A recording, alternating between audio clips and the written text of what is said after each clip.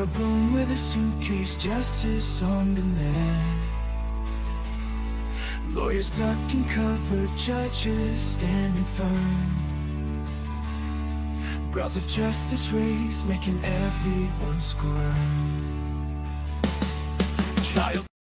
Welcome, everyone. We are here for some Boone goodness or badness, mostly badness, but let's be honest, we're just here to, make fun of this sour faced fishwife, Harpy from Hades. And I have my leftover pilfered candy, emotional support candy. And since in my maternal wisdom, decided to schedule the two youngest, most feral uh, dental cleaning appointments the day after Halloween, I don't have to go pick them up. They are home. So I am enjoying not a mega pint, but a small glass of wine, mainly cut with Diet Sprite, since I don't have to go anywhere. And a quick shout out to Oliver Winery, which is a local Indiana winery.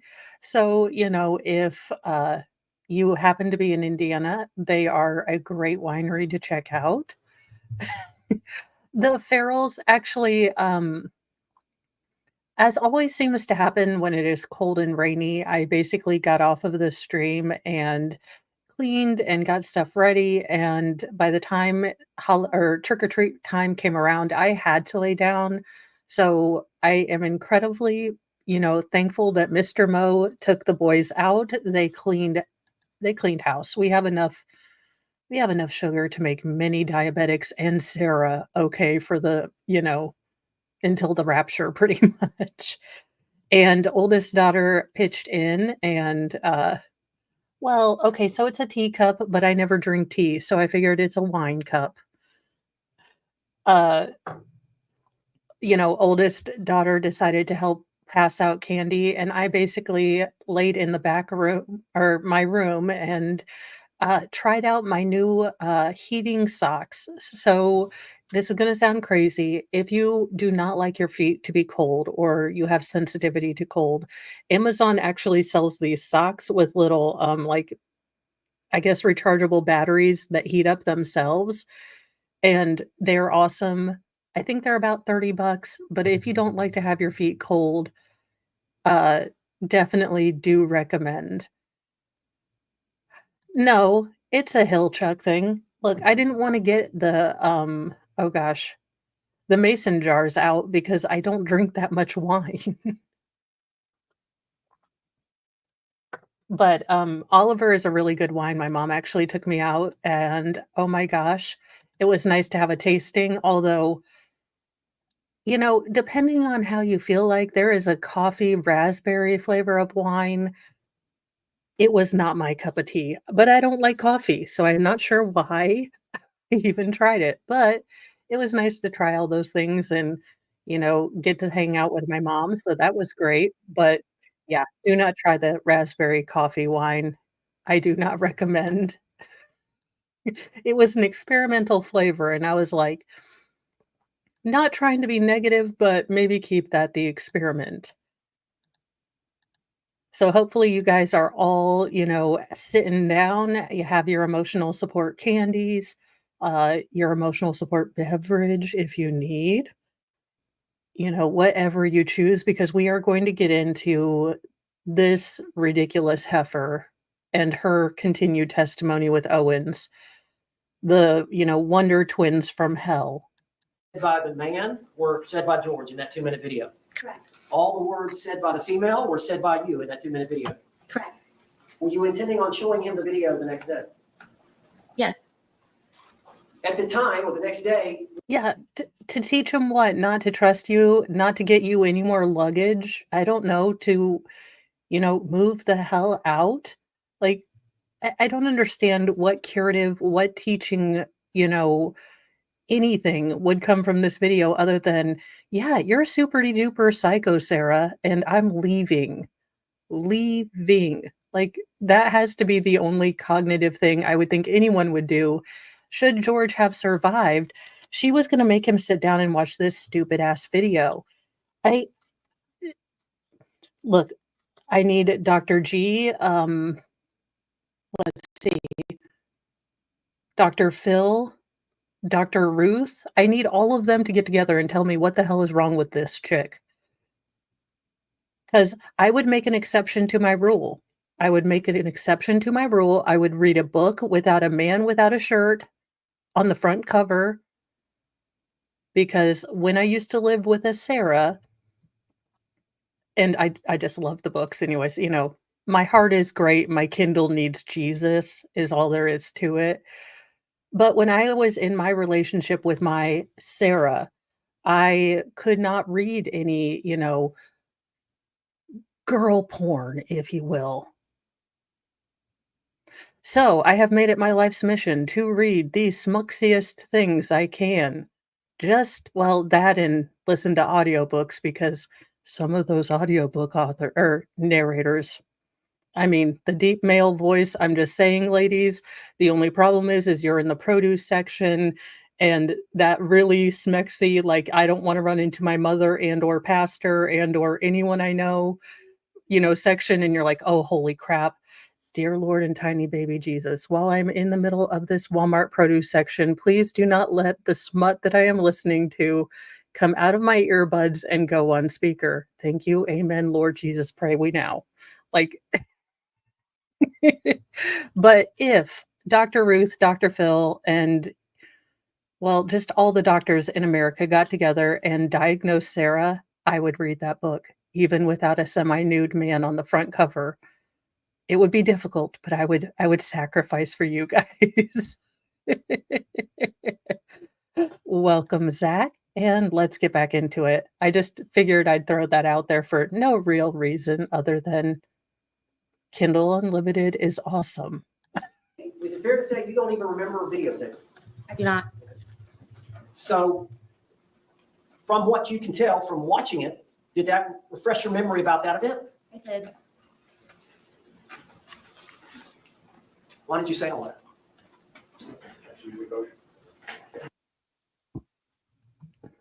Ooh, I like that. I have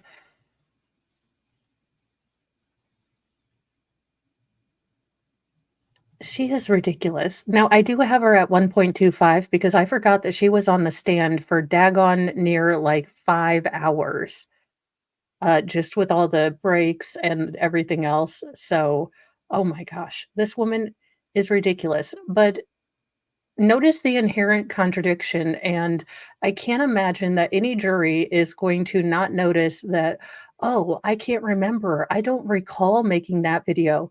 But now she suddenly has a very clear, you know, understanding of George trying to flop his, you know, hand out, and she had to make a split-second choice to get the bat. It is so disingenuous and so ham-fistedly self-serving. The problem with Sarah is had she gone subtle, had she been a better predator, we probably would have written George's death off as, you know, self-defense. Had she been able to carry this off better, I could see her having gotten manslaughter. Had they approached this with finesse that Sarah is incapable of because she's a ham-fisted butt monkey and boil on the butt of humanity that needs to be lanced. And that face, that, you know what, y'all? Sometimes, just one day, not all days, because I don't think I could handle it, but one day I would like to wake up with the unearned, you know, entitlement and self-assurance that Sarah has.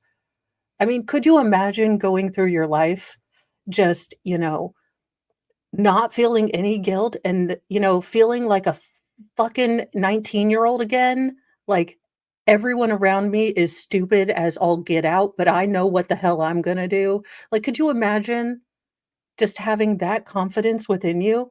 I'm pretty sure that God makes me have self-consciousness because, oh my God, could you imagine? I would be insufferable. I just could not imagine this. Having as a recovering Catholic, I just can't imagine going around the world with no guilt. How does that feel? Like, do you just walk around breaking things and like, yeah, fuck it. Tip, tip. I mean, How do you even go around in the world? I feel guilty for things I have no responsibility for. Sarah, yeah, yeah, heifer, you transferred all your guilt to me. How did this happen?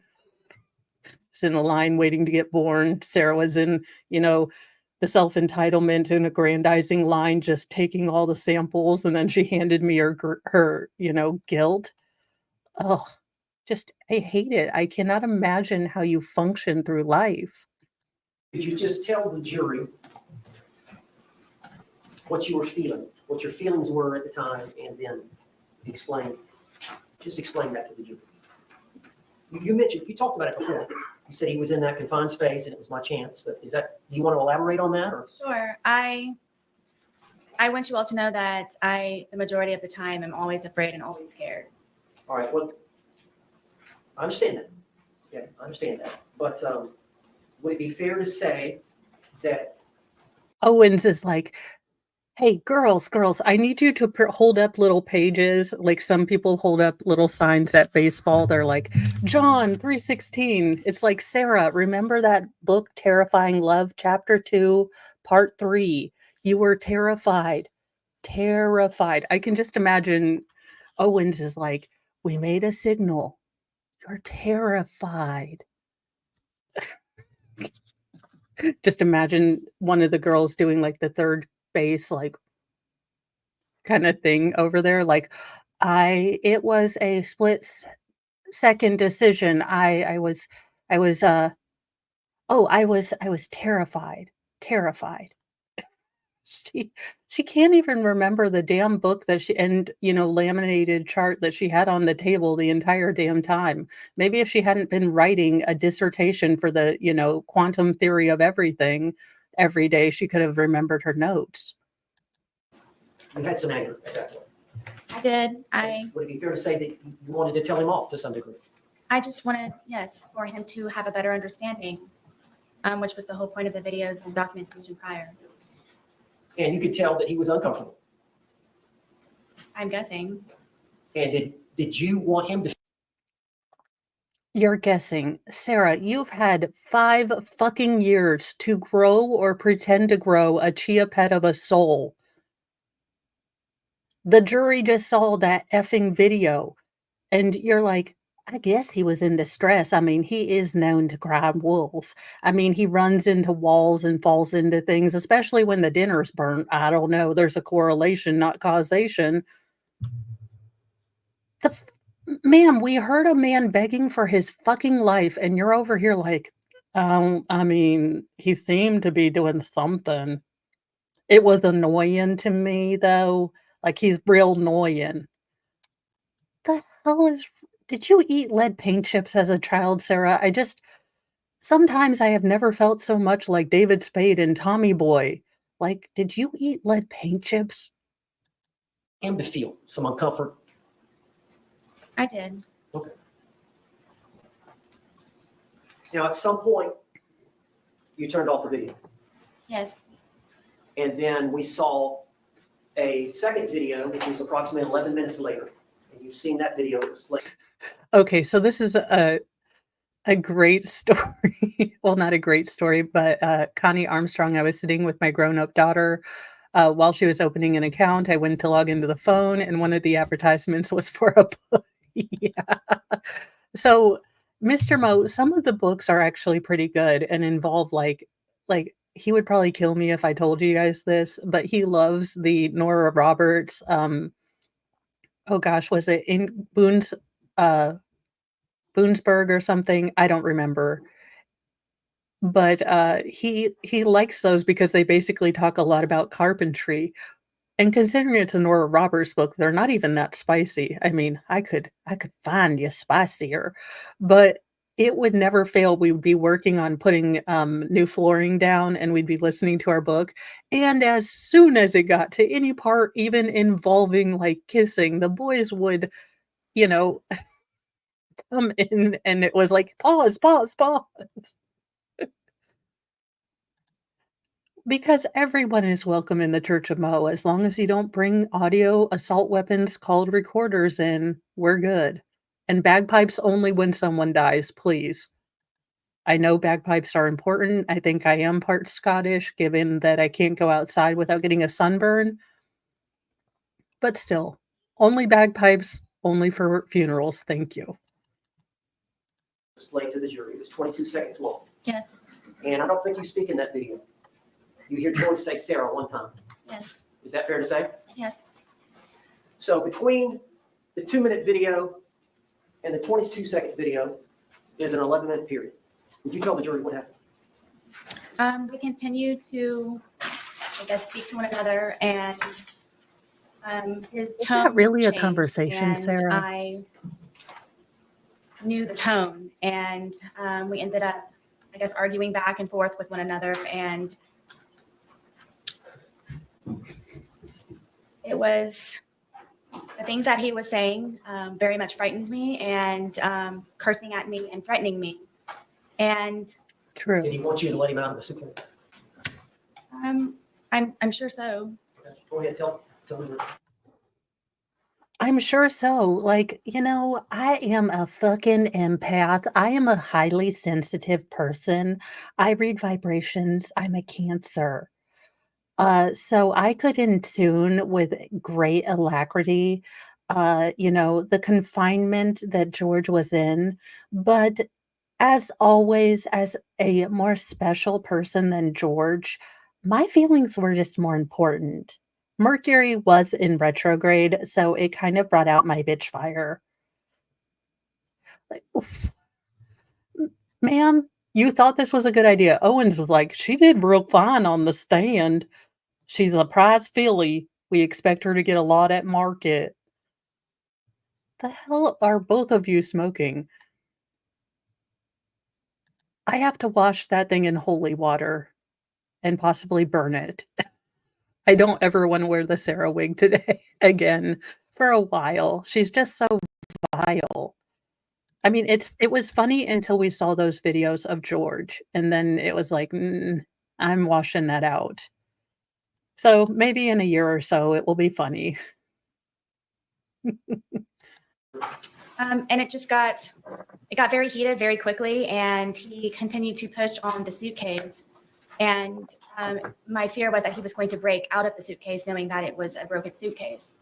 And, Yes, I do have Sarah wig. his hand started to come through his I hand. think if you look back in the Sarah Boone listing, I have her earlier letters. I read them in a Sarah Boone wig or did my hair up like Sarah Boone. So yes, I do have a Karen wig. I have several, and I have lots of wigs. Just former theater kid. Apparently, I get to and they're tax deductible if I wear them on stream. His hand started to come through this way. And so I shook the suitcase. Trying to get his hand to go back in, shaking it, and telling him that, please stop doing this. Please stop doing this to me. Please stop doing this to me. So his hand actually got out of the suitcase.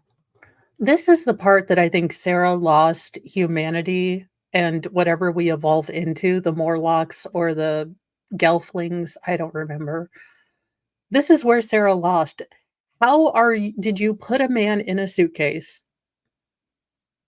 zip him up, he's getting his hand out, and you're like, stop doing this to me. Can't you see you're hurting me? Now, I don't know if you guys have seen the new Beetlejuice. My husband and I watched it for Wednesday for our date night. Now, there is a point there is a point to bringing this up. So the stepmother, the crazy redhead, I can't remember, like, what was it, her name, Daphne or something? Who knows? But Sarah Boone has the emotional maturity of the stepmother who cannot see beyond herself, her husband. And she's like, my husband, why did you die on me? Why? And I just thought, oh my God, she's channeling Sarah Boone throughout the entire movie. It was the weirdest thing to basically see someone acting like Sarah Boone. And welcome when you come at the king, you best not miss to the Church of Mo. We have dark chocolate, dark humor, some maladaptive coping mechanisms that involve really dark humor, but we're pretty okay here. So thank you.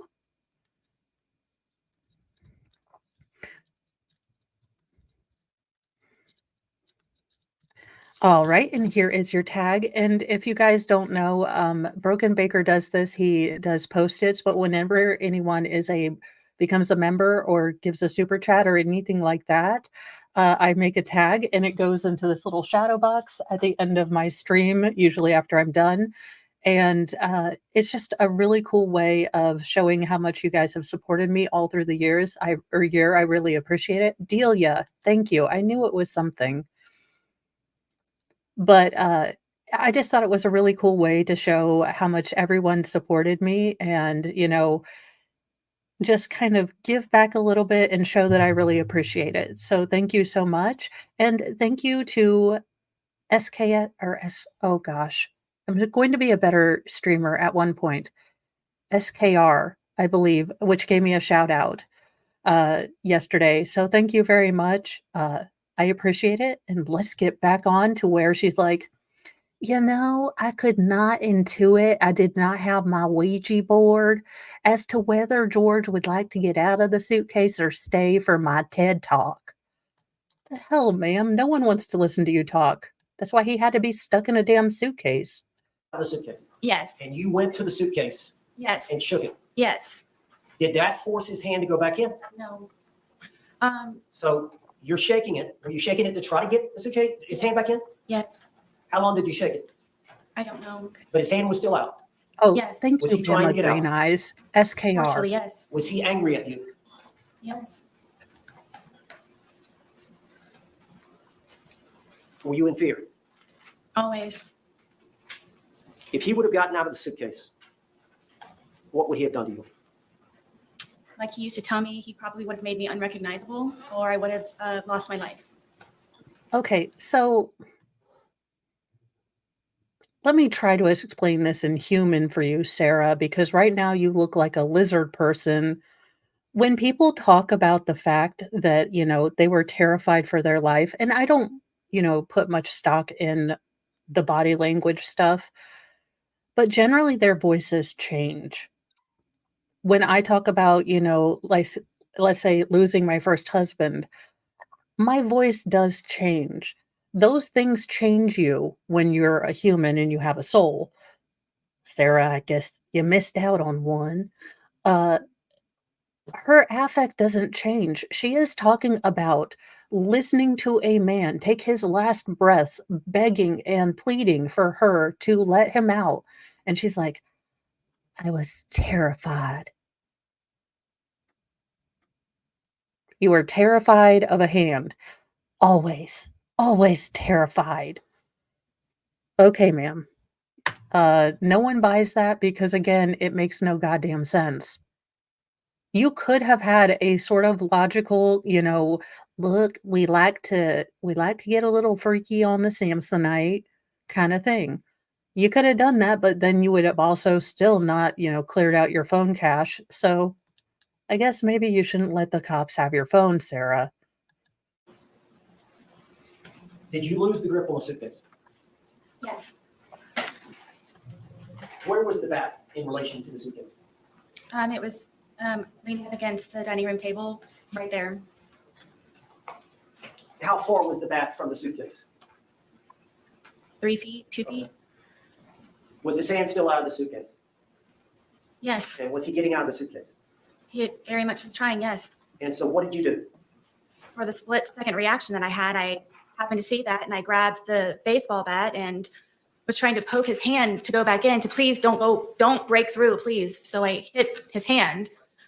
Did you hit the outside part of his hand? Yes. We've seen the photographs of his left hand. Did you cause the bruising there? I'm guessing yes. You hit him so hard that there was a bruise on your hand. And no one believes that you poked at it. No one believes that. And the state, in their closing, May the Force Not Be With You, a legal shenanigans theater presentation this weekend on Saturday at 3 p.m.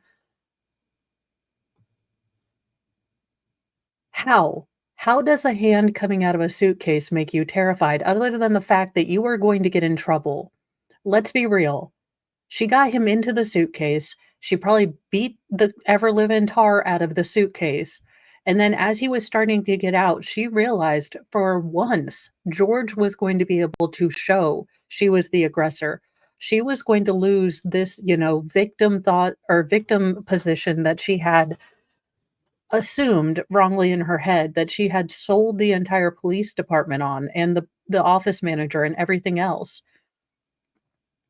So she knew if he got out of that suitcase and was able to get to help, she was done for. Now, she might not have gone in for, murder too, but she definitely would have gone in for forcible confinement and, aggravated assault. She knew this was something she could not get George not to, press charges with. These are serious felonies. And yeah, we're gonna need some sage. I mean, they are gonna have to sage the hell out of her, cubby hole from the prison or from the jail. Because I don't know how 98 smuggled cheese slices smell in the Florida heat after they've cured for a bit, but yeah, we're gonna need some heavy duty Lysol and sage for Sarah's, spot at that jail. Ugh. Yes. Now, you've seen the bat. It's a huge bat. Yes, I bought it for my son. Is this the bat? I you have use? heard tell Yes. that people use it as glue to make And- kites in prison, You said you poked him with it? if that Yes, means anything I to you. kind of pushed, like I held it with the skinny part here and then So grip here. brought it at it. Yes, You grabbed it with both hands here. yes, You and used then it like the barrel a of that, spear? part of that is here. correct. And you thrusted it into the different areas of the suitcase? I started with his hand and his hand. Owens, please, I would love to hear your TED talk about thrusted, things, but maybe take it out of the paper or, perhaps I am just a simple moron, but you have a client on there who's extremely likable. No, why don't or dislikable? Why don't you, take out the bat she used to beat a man half to death with and have her explain how she did it? I guess small town lawyering is different. In his hand, he was still trying to get out. He was still trying to do that. So I started to push on the suitcase around it, hoping to have his hand retract and go back inside.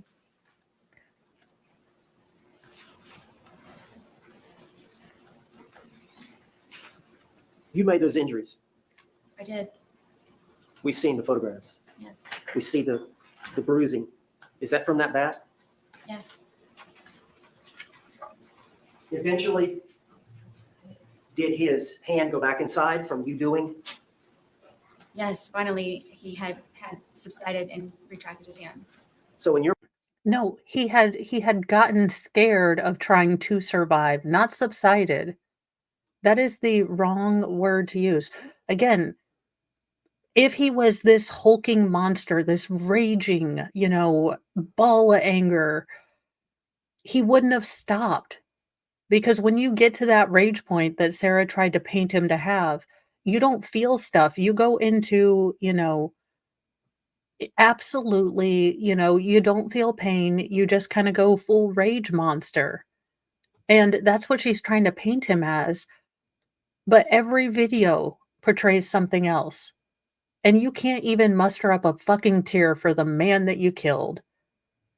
This is why no one likes you, Sarah. so in your mind, did you prevent him from attacking you? Absolutely. I will put Split it on decision. my big Now, old once he notepad retracted as his things hand- to look up. Do you remember zipping it up some, or what did you do in relation? Because he was upside down, was he not, at that point? Yes, At some point, you flipped him back up. I did. Tell how that happened. He wasn't cursing. He wasn't threatening. His hand was inside foremost. There was no more of him trying to break through the suitcase. So I felt safe enough to turn it back over. It wasn't happening anymore.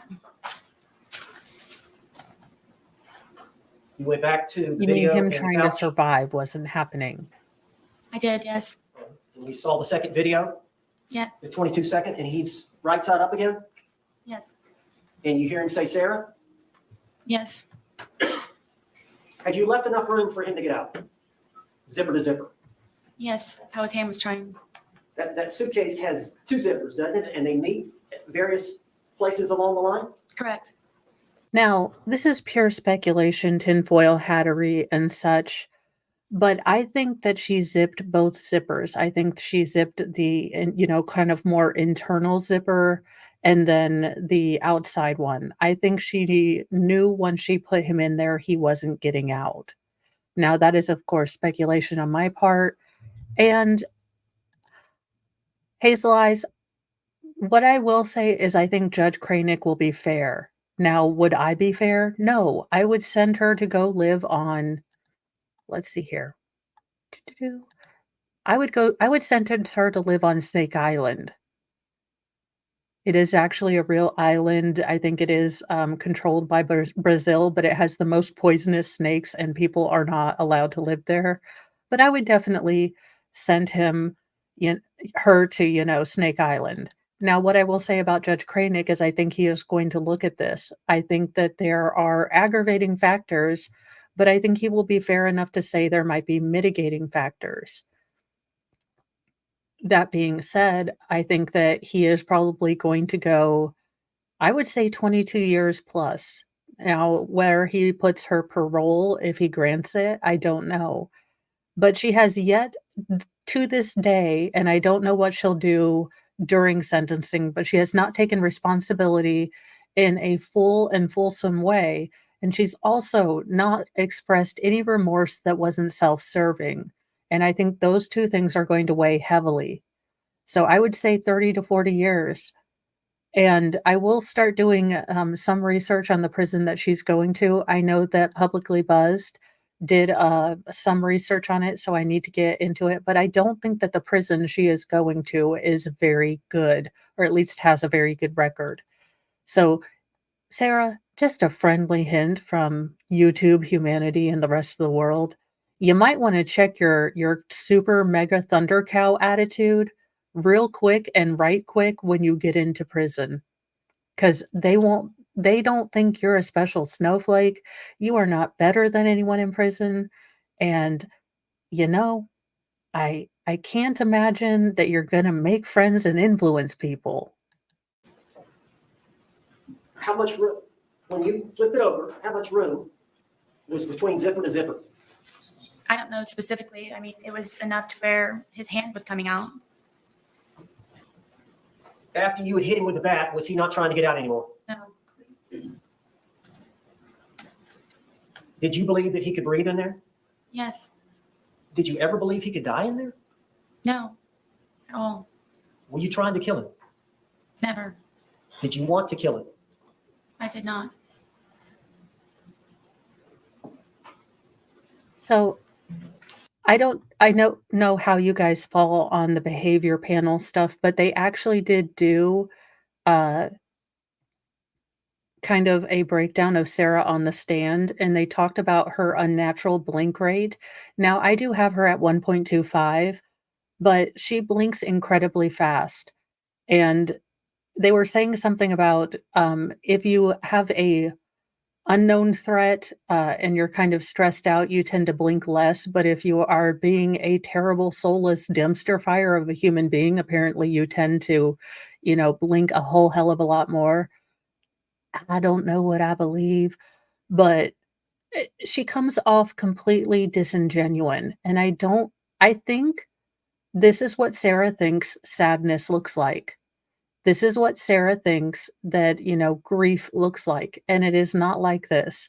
She has never felt a real emotion, which in my professional thing shows that she has much more, in common with sociopathy than she does with narcissism, because she uses people as tools. They're always kind of, if you go with Barbie and Ken, she's always the Barbie and she always has a Ken around. She always has, a person that will do her bidding, adore her, in the fashion that she feels she should be adored. and do things for her. That to me speaks more of, kind of the ability to use people as pawns and, kind of psychopath. But I'm not a doctor. I don't read anything that has medical stuff in it other than like doctor, awesome body. Just saying. Did you walk upstairs? I did, yes. Why didn't you let him out before you walked upstairs? Ooh. Were you afraid? Terrified is more of the word. As long as Hey, Sarah, just a tip in case you want to take this to retrial or you somehow, for God's sake, get, a new trial. When you say, now, I'm not a method actor or nothing, but when he asks you, so why did you leave him there? And you say, and he says, were you scared? And you kind of go into yourself and you think about something real sad, like you breaking a nail or something. And then you look up and you say, I would say terrified, not sad, or not scared. Owens, you thought this was great? You thought this was her Liza Minnelli moment? You thought that this was her say yes to the dress moment? Are you insane, sir? Also, whatever gummies you were taking, please let me know in the comment section, Owen, because I would like to be this mellow when things are turning into a dumpster fire. As long as he was in the suitcase, he couldn't harm you. Correct. When he's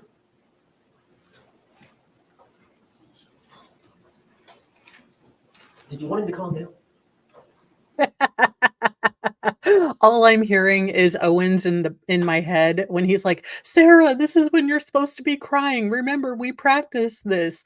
Get the Vapo rub. Get the Vapo rub right now.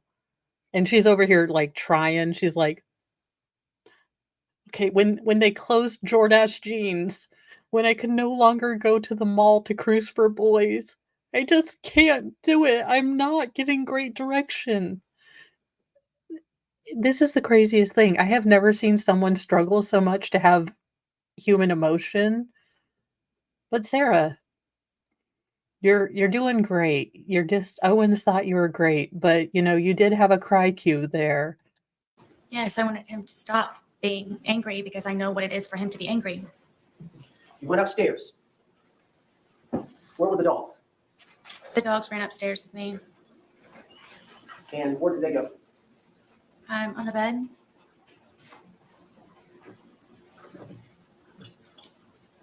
Did you have the phone with you? Yes, I know at some point you called your husband, Brian, did you not? I did. Do you recall how long that conversation was? Not very long.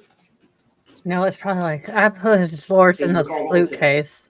I don't remember exactly. No, I don't.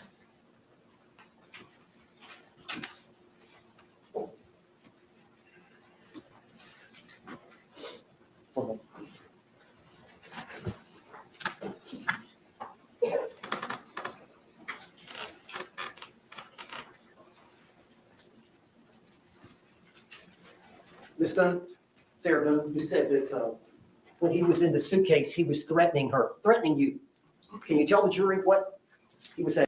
Were we going to use the royal we, the royal pronouns for Sarah? When Sarah Boone, when Sarah herself, Queen of Samsonite, Lady of the Bitchitude, cunt of the land, if you will, Her Royal Highness, was in the room, she herself was scared. Owens, generally I thought that, lawyers would, I don't know, practice their questions. He was saying, I do. I don't know. Am I allowed Yes, to you can. curse? I do. yes. But he was going to fucking end me. And that's what made me ask him please to stop doing what he's doing to me. That he was going to, I'm guessing, try his best that night to probably take my life. But what the threat you heard was he's going to say the fucking word. end me. Excuse me? Fucking end me. End you? Yes. Well, Yes, sir.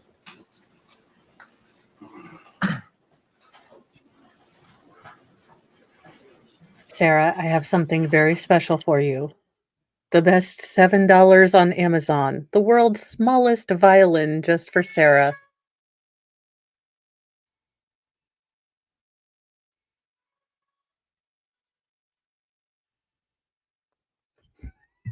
Mr. Mo was like, "You're exceedingly proud of yourself for that one." And I was like, "Yes, I am."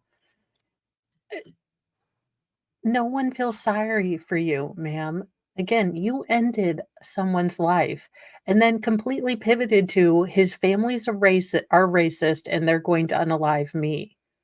You didn't want anyone to, notify the family, let them know what happened without going through you because you knew they were going to, like the rest of us, take one look at the situation and figure there was some fuckery going on. She's like, "Don't tell them, don't tell them. They're gonna hurt me." Sure, no, they're going to be grieving for their son, Sarah. That's what you don't understand. You don't understand that they just lost their son. While you might equal into a part of that, into the minutia that caused that, right now and in those first couple minutes when you hear this news, you could care less about any other fucking factor other than you have just lost your son. They don't care, Sarah. They lost their child. That's what they care about. Judge, when we approach the bench, Yes.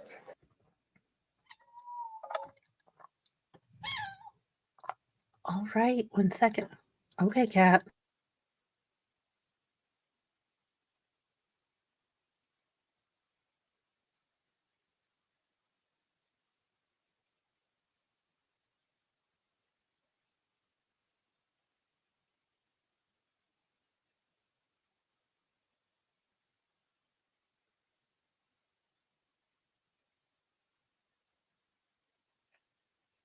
Yes, I have one cat that likes to be in the office for about 5 minutes, and then as soon as I get comfy, it's like, "Okay, gotta leave, gotta go, wanna go outside, play with my friends."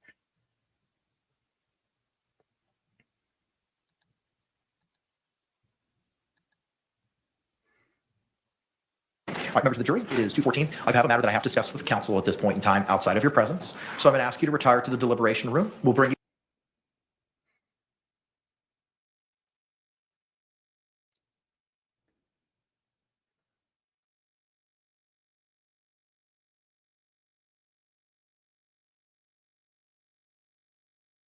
yourselves or Okay, anyone else so about those things. We'll bring you back in as promptly as possible. Thank you. this is where, they are going through and both of the state is now, saying, "Okay, well, we still don't think an overt act has been committed." But unfortunately, the judge and probably playing it very smartly, even though all of us were kind of irritated with this ruling at the time, a scintilla, and there was maybe if you squint sideways while having glaucoma after staring directly at the solar eclipse with no sunglasses, could have seen a bit of self-defense in there. So he probably saved this for appeal, or on appeal because he did, go ahead and put this in. Although, to be fair, I didn't think there was a scintilla, but I'm not a legal person, so, you know, I'll leave the scintillaing to the brows of justice. Let's go ahead and stand and bring back in our panel.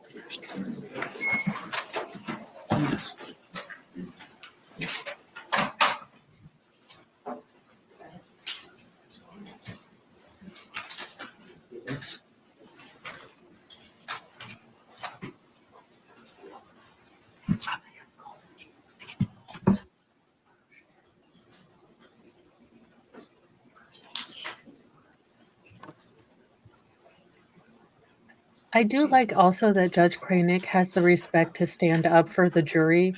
The other case I'm following, the Delphi case, it seems like Judge Goal is no longer standing when the jury enters. So I do appreciate the respect.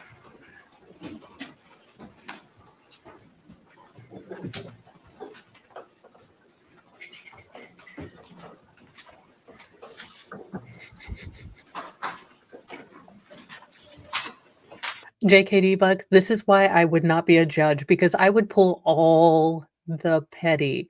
I would not have a, little tumbler guy. No, I'd have a fresh, cool, cold, crisp Diet Dr. Pepper in a can every time. I would just loudly open it, drink the hell out of it, say, "Hey, y'all, I'm going out for a smoke break." I would be all the petty. I'd eat a Pop-Tart during lunch, just tell Sarah all the hell about it. I'd be like, "It was the cookies and cream one. I mean, if you don't have a brown sugar one, can I tell you that was awesome?" I also had 5 peppermints, 2 sacks of candy, and some chips.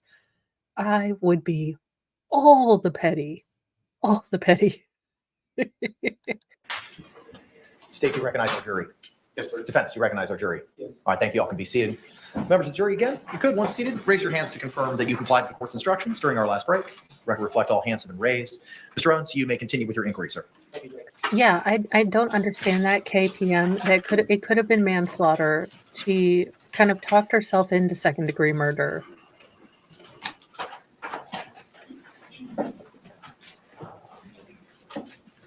Bama Green eyes. No one knows why Sarah asks for So I think we left anything. off.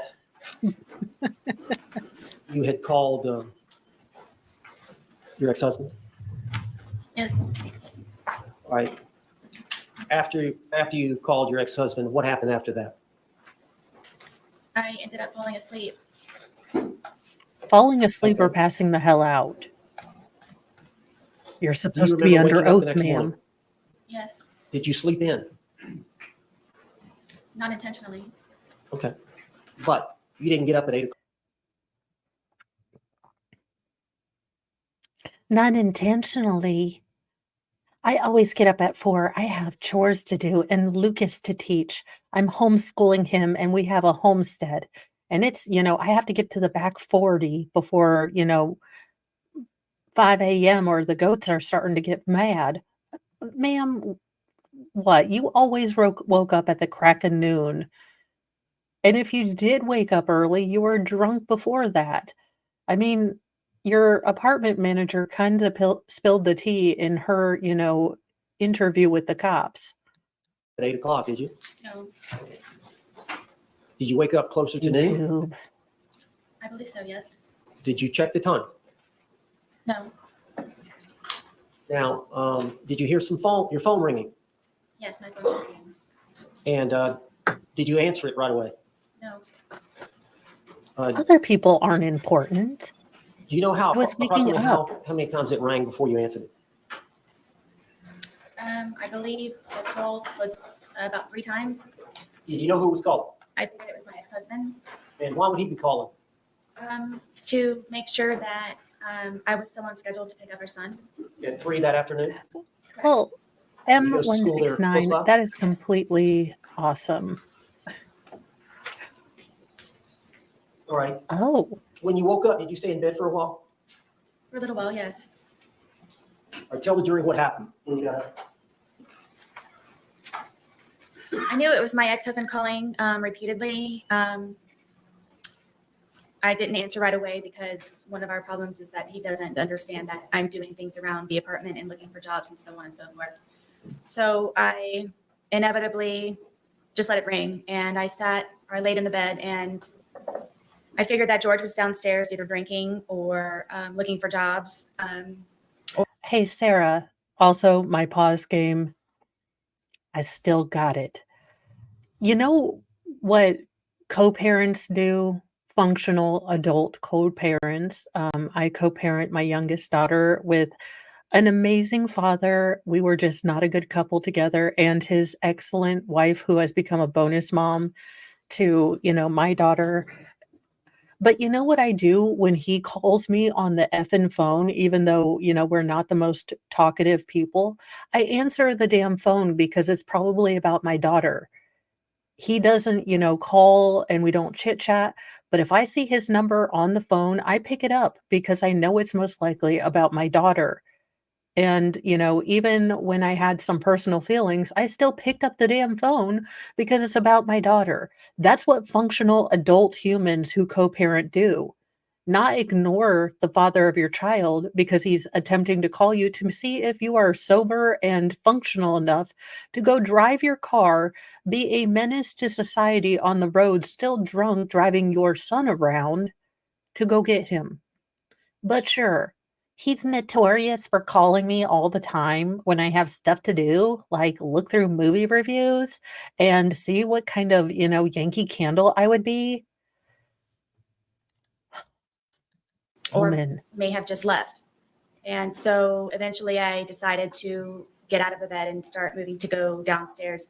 I was motivated enough to go downstairs. And when I went downstairs, it was very quiet. So I had the understanding, I believed that he had left.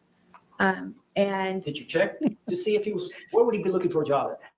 MLS are making law simple. 5, let's go, Brandon. While Dave and I both enjoy cartography, it's not the fact, or not. This is not in fact Dave. This is account maintained solely for when Dave tries to climb into a suitcase again.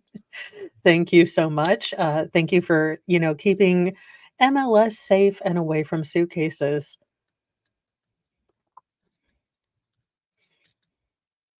So thank you for the super chat and, keeping Dave safe as always. usually on the couch, he would have my son's laptop and he and I, which we would share. Y'all only have the son's laptop, Correct. and the TV was not working at this time? The TV was not there. So you thought he would be in the living room on the laptop? Yes. He was not there? No. Where else did you look for him?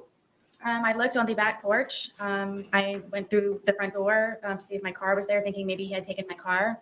I checked the bathroom, and when I was checking the bathroom, I saw the suitcase, and I remembered about the night prior, and I unzipped the suitcase. Let me And stop you there. Okay. No. Let me stop you there because this is what would have happened if Mo was allowed to question Sarah. Sarah, when did you wake up? Around the crack of noon? Is it fair to say the crack of noon? And then she'd say, yeah. And you fiddle farted around for an hour in the quiet to get motivated for the day. You don't have a job. You don't have anything to do. You barely function, but you had to get motivated to start the day. Is that fair to say? And then I'd say, Sarah, when you hauled your, half drunken ass downstairs, you didn't notice the big damn suitcase with your boyfriend in it? Well, I was going to look at the porch. No, Sarah, I need you to stop it right there. Yes or no? Did you notice the suitcase when you were coming down the stairs? Well, I notice everything. I am a non-compos mentis about everything. I am meme copium smart about all the things, and I knew exactly where he was, but I wanted to get a smoke, damn it. Which is probably what happened. She saw the suitcase and was like, F, this is going to be some shit. Got her Dr. Pepper, doctored it with some vodka, and then got a cigarette, then called Brian. Because, of course, let's drag our ex-husband into this. Nice try, ma'am. She does blink excessively. The behavior panel, You said behavior you were panel in the noted bathroom it when you was saw the insane. suitcase, or coming out of the bathroom?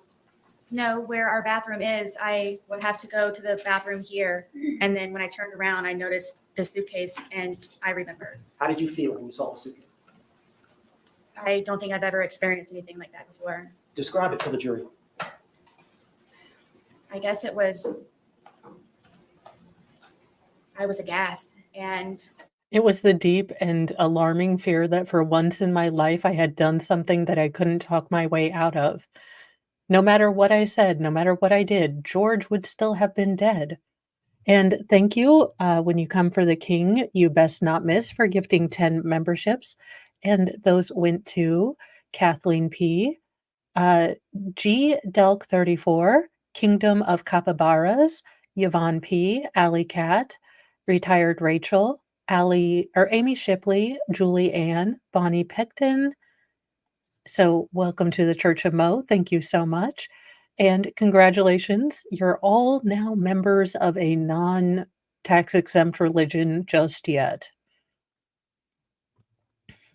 I'm going to start writing these. But yes, there are moments in your life, everyone has them, where finding words, being able to articulate the grand depth and scope of what you are feeling will be hard. But what do I really think she was feeling? I think she was feeling that, oh my God, this is the one situation where I will never be able to talk my way out of this. This is going to be something that I'm going to actually have to take, the consequences for. That's what I think got into her that day. I don't think it was ever any, heartache over George, over losing him. I think she finally realized she had created a situation which she could not talk back at or talk her way out of, couldn't bully people into just ignoring her faults, couldn't, run away from it. This is something that she was going to have to deal with. And you can tell that her anxiety is up, but not her grief, not her sadness, not her horror. I mean, she reacts in none of those ways. This was a self-preservation case from the get-go. I just can't describe the feeling. Bless you. It was terror to Bless you. a certain degree. Sorry, say that again now. It was terror to a certain degree. I just can't describe it in words, the feeling of remembering. And then he was still in there. So what did you do? I immediately unzipped the suitcase and I was screaming, George, George, George, and I was shaking him. And I pulled him out and I stretched him out flat. And then I began instantly trying to do CPR and then was trying to look for a pulse or a breath or just anything. And was just screaming his name over and over and over again. And come on, George, come on, George. And I continued Yes. CPR, and I continued. Because if I were taking a choice between going into that bright light and being welcomed home by Heavenly Father, or Sarah's bulged out eyes shaking me, wake up, Mo, wake up, I'm gonna be in trouble.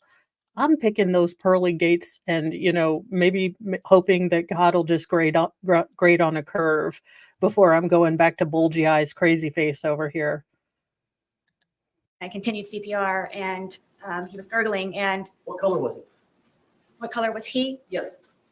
He was purple. At some point, did you call your ex-husband? Yes, when he started to gurgle, and I knew that my ex-husband is notorious for bringing my son over in very inopportune times when George is possibly drunk or doing things not appropriate for my son to see. And I just didn't know what to do. It was Damn, Brian, always bringing, my son around when I just committed multiple felonies and probably a second-degree murder. He just really is not supportive of my life as a single woman, as a free, independent woman away from the marital home. He's always bringing him over when I'm trying to, hide felonies. it was just a quick Notorious. knee-jerk reaction. Brian was kind of my go-to person because of my family being deceased, and I don't have anyone else that I can call. And I just wanted to ensure that he would not bring my son over in the process of all of this at some point. So you called him. I called him. Did you ask him what to do? Or did you just tell him to come over? I just told him to come over. Did you tell him that you felt like George was dead? Yes, I did. And how far? You said it's 5 minutes from house to house? Yes. Did you call him back? Yes, because he was taking so long. It felt like seconds were hours. Yes. I'm still doing CPR at the same time in the process of it. I'm doing CPR, I don't know how many times. Did he get there? You're doing CPR while using Alexa to call Brian between puffing on a cigarette and having a Dr. Pepper. None of this makes sense. If you are truly doing CPR, you are winded. It is exhausting. Usually people can go for maybe 2 to 3 minutes. And then, if you're a trained first responder, maybe 5 minutes or however long until you get relieved. But there is no way in hell you're doing like group chats and getting your Dr. Pepper and smoking and talking to Brian while doing CPR. Nice try though, Sarah. Very good. Very realistic and compelling storyline. There. Yes. Did he walk in? Yes. Did he walk out? Yes. What did he tell you to do? Call 911. What did you do? I called 911. Is that the recording we've heard here in this trial? Yes. Thank you so much when you come at the king. And these are all the new memberships. Did you love George? To this day. To death, actually. To death, I loved him. Why did you love him?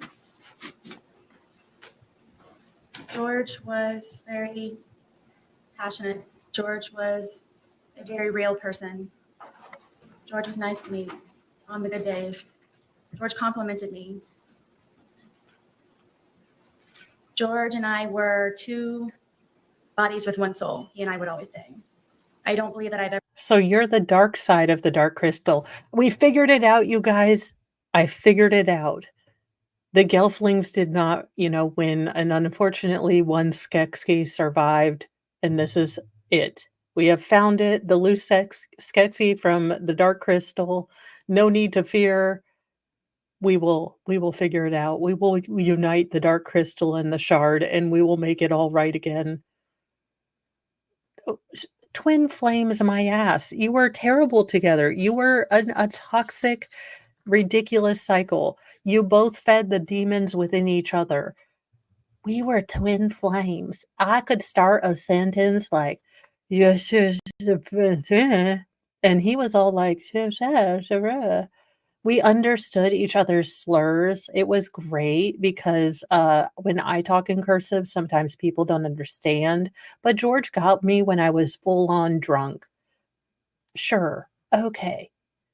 That I've ever had a connection with anyone like I have with George. Did you have that connection with your ex-husband? I did not. Was it even close? Brian's like, for fuck's sake, no, she never put me in a damn suitcase. I'm glad I wasn't her twin flame. One of those few times when your ex is like, we weren't matches. And Brian's like, you know what, Sarah, I'm agree with you. Yeah, we weren't a good match. She's like, I didn't love Brian the way I loved him. And and you know what she's George, saying that for? In Sarah's little pea brain, in Sarah's little hold grudges, be vindictive, be a sideways bitch to everyone. She's like, I bet it would just burn Brian's biscuits, scorch his grits, really burn his bacon if I said that I didn't love him the way I love George. Brian's over here like, I wish you would just leave me the hell alone. I don't care who you love as long as it's not me and I get to be away from you. But in her mind, Brian is still pining for her, has a little Sarah shrine in his closet. He'll never meet anyone as beautiful or as good as him. Whatever. Okay, ma'am. George has some good traits, doesn't Very much. he? Did George have some bad traits? He didn't. Did you drink too much? I did. Did George drink too much? Yes. Tell the jury about George's drink. Sarah, tell about your drinking. Because I honestly don't care about George's drinking, but I do care about yours because it seems to be the catalyst to everything going wrong in your life. And maybe in all the, 100 gajillion years, that you go to prison, maybe one day you're going to look in the mirror and see that all the sources of your problems were you. Now, I doubt this epiphany will happen without some, I don't know, let's just say Gen Pop justice corrective training, allegedly in Minecraft. But I think one day you might look in the mirror and see that you were in fact your own problem. If George was able to, he would drink from sun up to sundown. And me having my son and trying to work and maintain the home and just have a normal life as best as I could, somehow that upset George. And because I had a certain dollar amount from my divorce settlement, at one point it was from wine we could afford. Alimony is not a job. Brian shouldn't have had to pay for you. You should have had to get a real job like the rest of humanity. Vodka. So a lot of the times he would take my car and my debit card and go buy the large, we call them handles, of vodka, which is the big bottle. And sometimes he would finish that all off on his own throughout an entire period of a day into an evening. That's honestly where I thought that he was going to be that morning when I came downstairs, because he's notorious for just automatically already being outside from drinking. Okay, so I did some research, as much as I don't always drink, but the handles of, Dark Eyes, that were about the same size as the mega bottle of wine, in my Walmart, at least during my, in-depth research, they're the same price. They're the same price. So the mega pint of wine and the, handle of vodka are the same price. So I don't understand what she's talking about here. I also don't understand, if you are an adult person that doesn't work, you know, why you expect your ex-husband to fund your lifestyle. I just would never feel at all fulfilled with my life unless I was, doing something successful or important. And in fact, it kills me because 3 years ago, or almost 2 years ago, I started this channel because I had had a great life change. I had had 10 years where I was not a domestic diva, but a stay-at-home mom, and my job was to keep the house looking clean, take care of the 6 kids, do all the things to make the house a welcoming home and do all the kid stuff. And then I got hurt, and a lot of my life had to change. But I still attempt, even on my bad days, to do stuff for my family, to be of service, to get even a laundry, rotated if I can't stand to, fold it that day. This How are you exhausted at the end of each night doing absolutely nothing more than converting oxygen into CO2? We have we have enough of that. I'm sure the plants are doing fine without you doing nothing to contribute to anything other than to consume booze and turn it into urine. What is your purpose, Sarah? Because I don't get it, and I don't understand how an adult can have no purpose. Just I don't get it. Drinking all the time. All right. And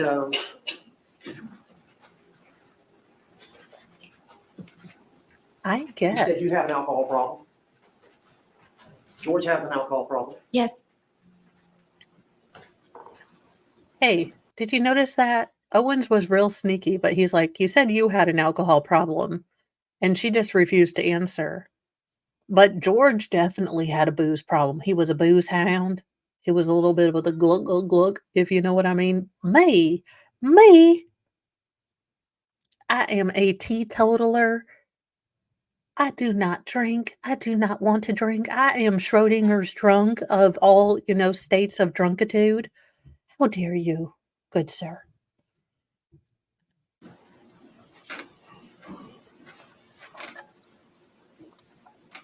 How did George's drinking adversely affect you?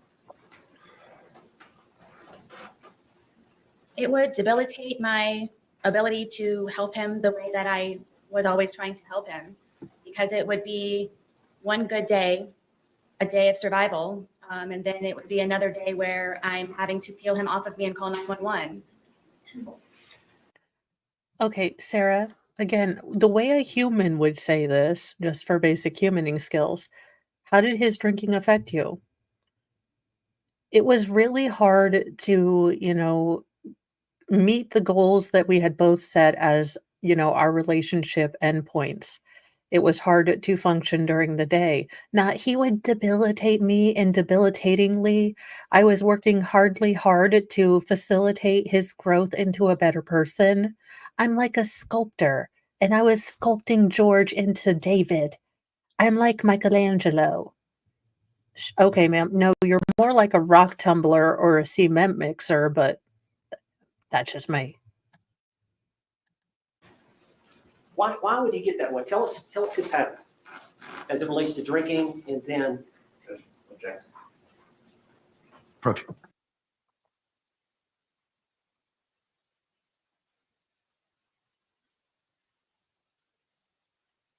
Thank you. Making law simple. Best I can do on the new picture without someone who knows how to use a computer. Is there a verdict in the other husband unaliving trial? I am not sure. I have been working my behind off to keep up with Delphi so that Nicholas and I can do some streams next week, kind of filling everyone in who hasn't been able to kind of catch up daily. Thank you so much. Let's go Brandon, aka Making Law Simple. So I don't know. I know that was a pretty interesting case. Baker might be on that one. I am not quite sure. It's just keeping up with Delphi and kind of watching several different streams. I have not kept up with other trials. I do want to look into the Leilani one. It is a child one, but I think if we go slowly on it, it might be one that we can dig into because I know it was a real big, it was a lot of true crimers did a lot of things on it. And this, she seems like just the worst mother ever, and definitely want to shine light on, the boy, the little precious baby boy that, we lost because this mom was a horrible, selfish butt monkey.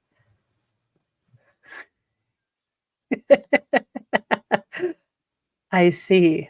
Very interesting.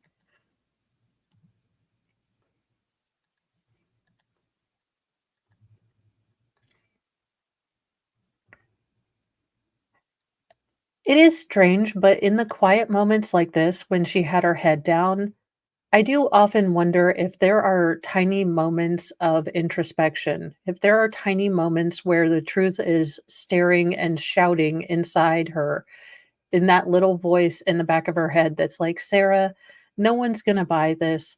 You did this. Take responsibility. I do wonder if she ever has those moments of introspection, or she is so built up her, fortress of delulutude, that she barely even hears that tiny voice of the truth in the back of her head.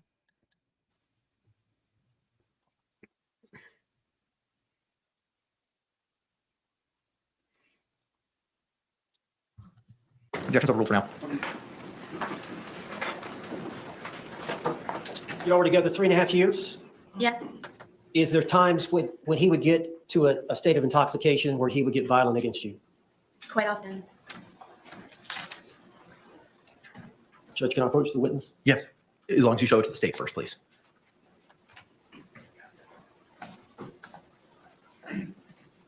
Okay, let me okay.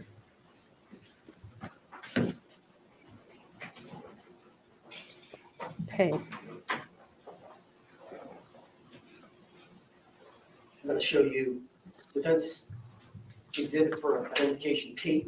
It's 2 photographs. Could you look at those photographs and see if you recognize those? I do. I do have lives. Are those 2 pictures of your body? Every weekday Yes. for the most Are part. they so injuries to your body? Yes. Were those injuries caused by George Torres? Yes. Are those photographs a fair and accurate depiction of the injuries you sustained at the hands of George Torres? On this occurrence, yes. Do you remember this occurrence? I don't. It was so often. You don't remember a specific date? I don't. You don't remember? Okay, You're it was sure so that that's often, or you were so Yes. Is drunk. that the injuries that he? What's the injury to the ribcage? I don't remember specifically. These may be the pictures. So when we used to go up to his brother's house, one of his brothers and his Sustained. You're gonna have to answer this question. Just a minute. Do you know what happened to? Did George cause these injuries? yes. All right. Were y'all both drinking at that time? I don't remember on this instance. Huh. You don't remember how drunkitude you were? What was pre-marked as P will be received into evidence without objection as Defense Exhibit 2.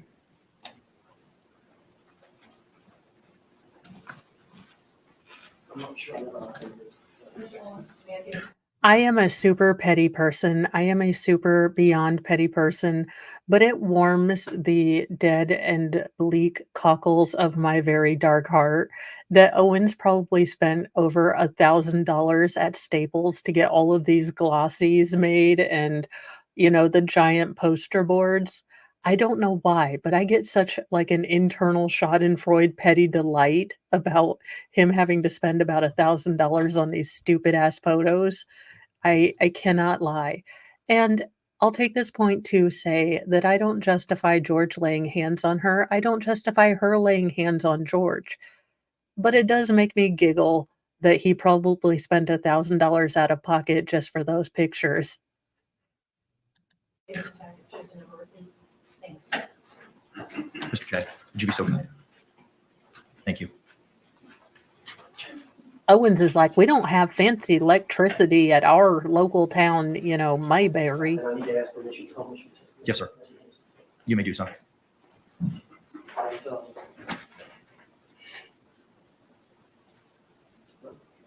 This is nice, Judge.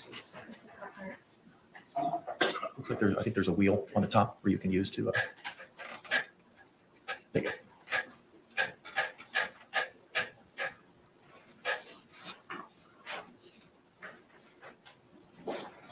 Is that you?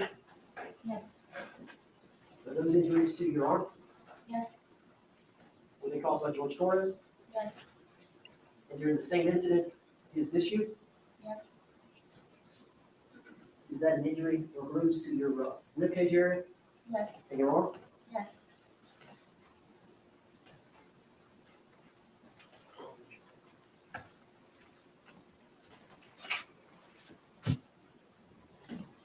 I'll show you identification, identification Q, see if you recognize that photograph. Yes. Is that your thigh? Yes. Okay, you remember this incident? Yes. Can you tell the jury what happened? I wanted to take my dogs for a walk and get off at the back porch. Were y'all drinking? Yes. And he was upset that I would rather go walk my dogs than sit there and continue to drink. So he slapped my. Sarah, the problem is that every video that you took that showed evidence of George's, monsteritude and hulking out had you basically verbally berating him and telling him like a child and or dog what he was going to do. So no one believes you. Now, I wish I could believe you. I wish it was cut and dry, but the fact is it isn't. The fact is you are a known liar and an unreliable narrator. So, you know what you've done for actual real victims, for actual people, male, female, Zimzer that actually live with us, Sarah? You have now made it that much harder when they take their cases, should they have to take their case to court and have to show that, their trauma, their real and actually lived trauma, their evidence, people are going to look back and think about you and think, are they really telling the truth? Or are they trying to use this in some cynical, dumbass way to get out of trouble? That is what you have achieved. You have not become a beacon of light with, your expert penny problem glasses from HR. No, you have made it that much harder for any victim of actual, real DV and real solicited DV. When they come forward, people are going to remember you and think, gosh, is there another side of this story? Is this person trying to use this for self-gain? And that's really gross, Sarah. I mean, of all the gross things you've done, trying to take this mantle of victimhood of battered spouse syndrome and, put it on like a skin suit when it doesn't fit you is beyond gross. As possibly hard as he possibly could and said, you're not going anywhere. And it was a good smack on my thigh. Is that a fair and accurate depiction of the wound that you suffered as a result of George Torres slapping you on the thigh? Yes. Judge, I'd like to offer Q and evidence. Okay. What was pre-marked as Q will be received into evidence without objection as defense 3.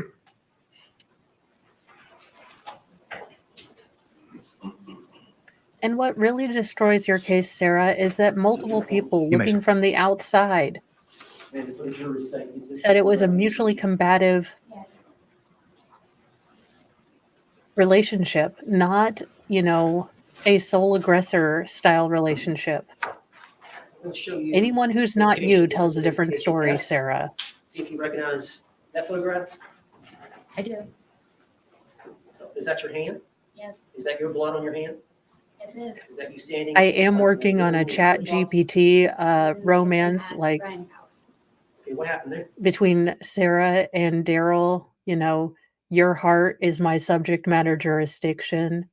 I'll drive my land boat wherever wherever you're in the clink. I accept for value and return for value my heart. If I could write and not do run-on sentences like Sarah, I would totally be writing those books. But ChatGPT is going to help me, I think.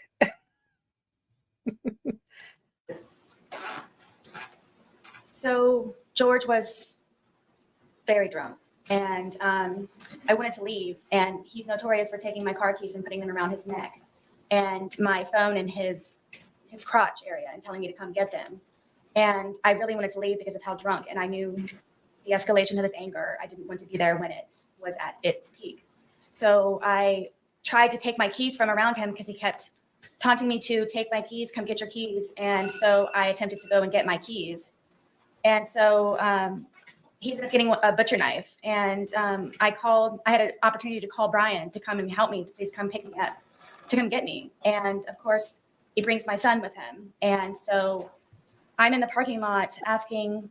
Of course, he brings my son with him. Yes, because most parents won't leave a 9-year-old at home alone. I know this doesn't compute for you, Sarah, but some parents actually love, care, and try to nurture their children. It's a real weird thing. I know you're confused. But, we don't leave them in the car. We don't let them wander the parking lot because we're drunk. We take them with us because, we care about them and don't want to leave them at home, with the dangers that could be there, for a child who maybe doesn't know everything. Yeah, he's notorious for, having our child with him like a responsible parent. It's annoying. Brian to please help me get my car keys away from him. And there's neighbors, and it's a scene at this point. And George comes to the doorway of my townhome wielding the butcher knife, saying that, that no one's going to take her fucking keys. No one's going to fucking come into this house. And he's waving the butcher knife. And I walked up to him, and I just wanted to leave. And my little son, who was, I believe, 7 or 8 at the time, just is screaming, give mommy her keys, let her leave. Brian was even trying to negotiate with him, saying, please, she'll come back, just let her leave. So I went up to try and take the keys Brian from him, never and he was reported pulling on any of them, this. and I ended up pulling harder. And he pulled them back again to try to pull me in the house, and I pulled them even harder, and it ripped my finger. And I love that she went full the bride from Kill Bill. She's like, he was trying to be all tough, but I was stronger. And I drop kicked him, and I took my stiletto heel off, and I stabulated him with it. And then I took them keys from him because I am a boss bitch. Ma'am, for sure. My guess was George was like, please don't drive drunk. Please don't drive drunk. You're too drunk to drive. And he probably said, I'm going to take your keys away. You are too drunk to drive. Please don't go pick up your son while drunk. And then she's like, I'm going to tell everybody you're being mean to me. She's like, I have my pink shorts of justice on. I'm going to call 911 and Brian. Brian looks at the phone and he's like, oh, for fuck's sake. I mean, the way she tells these stories, it's absolutely insane. She goes from like, I was terrified, but then I put on my Wonder Twin power ring. I turned into Green Lantern, and I was like, I will not stand for injustice. Oh, okay, ma'am. Okay. Sure, Jan. That's exactly what happened. And at one point, I had lost the fingernail, and the tip of my pinky was severely gashed. Judge, I'd like to offer this. Okay. What was the pre-marked as, Counselor? Looks like S, but metaphorically. What was pre-marked as defense S will be received into evidence without objection as defense 4.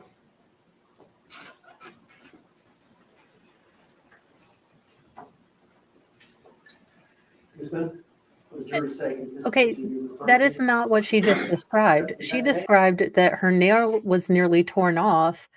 It should have been much more swollen. She said she had a gash in it. That just looks like, again, it looks like, I mean, it looks like it hurts. I'm not, but yeah, okay, Sarah. And she's like, and that's how I got a Purple Heart. All right. The nail was on, still on? I believe so, yes.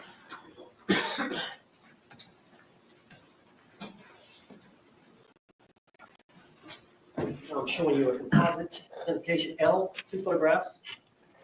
And you look at those photographs and tell the jury what they are. I wanted to eat, and while he was drinking, went and made myself, as quickly as I possibly could, a microwave bowl of, I believe it was broccoli and cheddar soup. And I didn't get it out enough time, and he came up behind me and he slapped it out of my hand. And it was a 2nd-degree burn. I went to the hospital for it. Were those fair and accurate depictions of the injury and burn to your thigh? Yes. We'd like to Oh, offer God. you- Could you just imagine the emergency room What was pre-marked as attendant, L? Sarah? I need assistance. I am dying to death. I'm going to bleed to death. Because you know she did that. You know she walked into the emergency room. Some guy has an entire arm ripped off. You know, another guy has a shark bite, and a little child is struggling to breathe. But Sarah Boone has to go first. You know, when she had that leg wound, she was like, I nearly bled to death on the way over. I am bleeding to death. You know, probably demanded like a stretcher and a transfusion and a tourniquet. You know, probably laudanum too. I wouldn't put it past her. But that is the general, I mean, could you imagine working at the ER and you see Sarah come in and you know she comes in, you know she is always complaining, but doesn't take any responsibility, won't tell you that she's, you know, soused to the gills, even though you can tell. And she's like, I am completely copium mimus. I mean, mimius copium. I mean, copus mensis. I have all the Mentos. I am great. Good Lord. A 2nd-degree burn. No, it wasn't. I mean, it does look like a topical burn, but you could have put some damn aloe on and been just fine. It's called Solacane. As a person who is pale as hell and, you know, tends to be allergic to the sun because it just doesn't like me, you know, I know what Solacane is, okay? All you needed to do was spray a little bit of that on you, and you'd be fine. L will be received into evidence without objection as defense 5.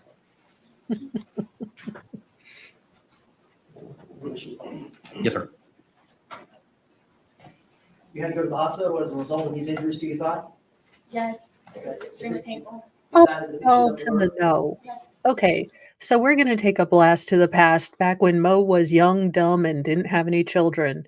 Now, there was a couple years in her 20s. It was only about a year and a half, but this did happen. Now, my first husband, you know, God rest his soul, could tan like a butter bean. Like he just had the most beautiful tan. All he had to do was stay out in the sun. Now, being a young, dumb 20-year-old, Mo got it into her mind that she could train herself to tan. I was young and dumb and 20. And, you know, first husband just had a bottle of baby oil out there. And I thought, well, you know, I'm only going to sit out here for 15 minutes. I'll be fine. It'll be fine. No, no, I was redder than this chick. I looked like a damn lobster, and I still went to work the same day. I'm pretty sure I had sun poisoning. I mean, I was getting just awfully sick the entire shift. But I, you know, went to work, dealt with people, worked retail, came home, you know, basically just slathered myself in lidocaine and, you know, sat in front of a fan, but then you get freezing cold, so you have to have a light blanket. But are you kidding? No, that's her leg. And Is George holding her leg as she's taking a picture of the burn, or is she holding it? The positioning on this is so weird. Because is that a hand? Is that her hand? I don't know. Any hoozle, I am just saying that is not a second-degree gosh darn burn. This woman, Sarah, I am recommending that when you are in your slides and you are, experiencing courtyard time, you stay in rubber-soled shoes because I think lying this much could get you struck by lightning.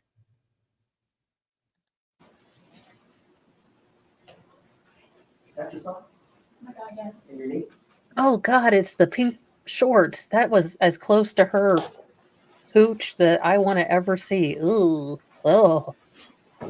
Oh.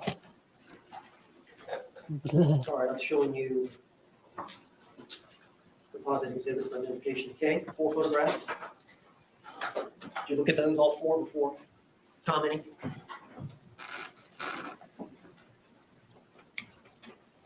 This is a longer story, isn't it? Go ahead and tell. So George stabbed me in my leg. I almost bled to death. All right, well, let's go back and explain what led up to that. I thought it would be nice to cook a nice steak dinner. We don't have 2 nickels to rub together, so I thought it would be special to make a steak dinner and make potato and You know this absolute domestic disaster in chief microwaved those damn steaks. You know that she put them in the microwave. You know she got, like, steakums, too. It wasn't real steak. It was like steakums or Spam. I'm going with Spam. But then Scarlett O'Hare here, goes out to the yonder potato fields and hand lovingly crafts a baked potato, again, probably in the microwave. And she's like, "Oh, no, I love steakums. I love steakums, but ma'am, I slaved over, the stuvulator, the microwavulator, and I made us a gourmet meal." Now, who the hell eats on their bed a gourmet steak meal? I do not know. They had a couch. They had a coffee table. Why would you eat on your bed? I don't know. But I call bullshit on this entire story. She probably made hot dogs and, like, hot dogs and macaroni and cheese, which again, I don't knock, but she did not make, filet mignon. She's like, "I got Wagyu beef. I did a light aged brine on it. I really wanted to get some bourbon inspiration, so I had some, I made a reduction and some glaze." No, ma'am, shut the hell up. go above the normal whatever's left over in the refrigerator. And so I spent a lot of time doing that. And George was drinking the entire time and on the back porch. You were drinking as well, were you not? I was drinking. Oh, He was on the well, back porch while I was in the house. Owens, I was making a red wine reduction gravy glaze, and you have to use red wine to deglaze the pan to get all that scrumptious goodness. I listened to Gordon Ramsay. I know what I'm doing. George was drinking. Were you drinking too? Oh, I mean, I guess. If you have to ask, I was about, 3/4 of a way through a natty ice cube, you know. The only beer that comes in 36 packs, because if you're a college student and you have $5.50, you can get 36 cans of beer. Or at least you used to could be able to. Natty Light, just no. Just say no. Just say no. All of a sudden I was cooking. And it was one of those where maybe if I start making dinner now, it will be over at a particular time and we can go to bed at a reasonable time. And I even put it in the bedroom and had a movie set up for us to watch. So it would just kind of be dinner in bed. And then he came upstairs and saw that I had made steak dinner and. Okay, quick. Do you think she was going to watch Old Yeller or just the end credits, like the end 5 minutes where we have to put Old Yeller down? I severely contend that the only reason this woman smiles is through the pain and suffering of others. So I'm guessing her favorite part of movies were like when Bambi's mom got hunted to death and the ending part of Old Yeller. So that was just on a loop. This is just my speculation and headcanon, but that's what I'm guessing she watched.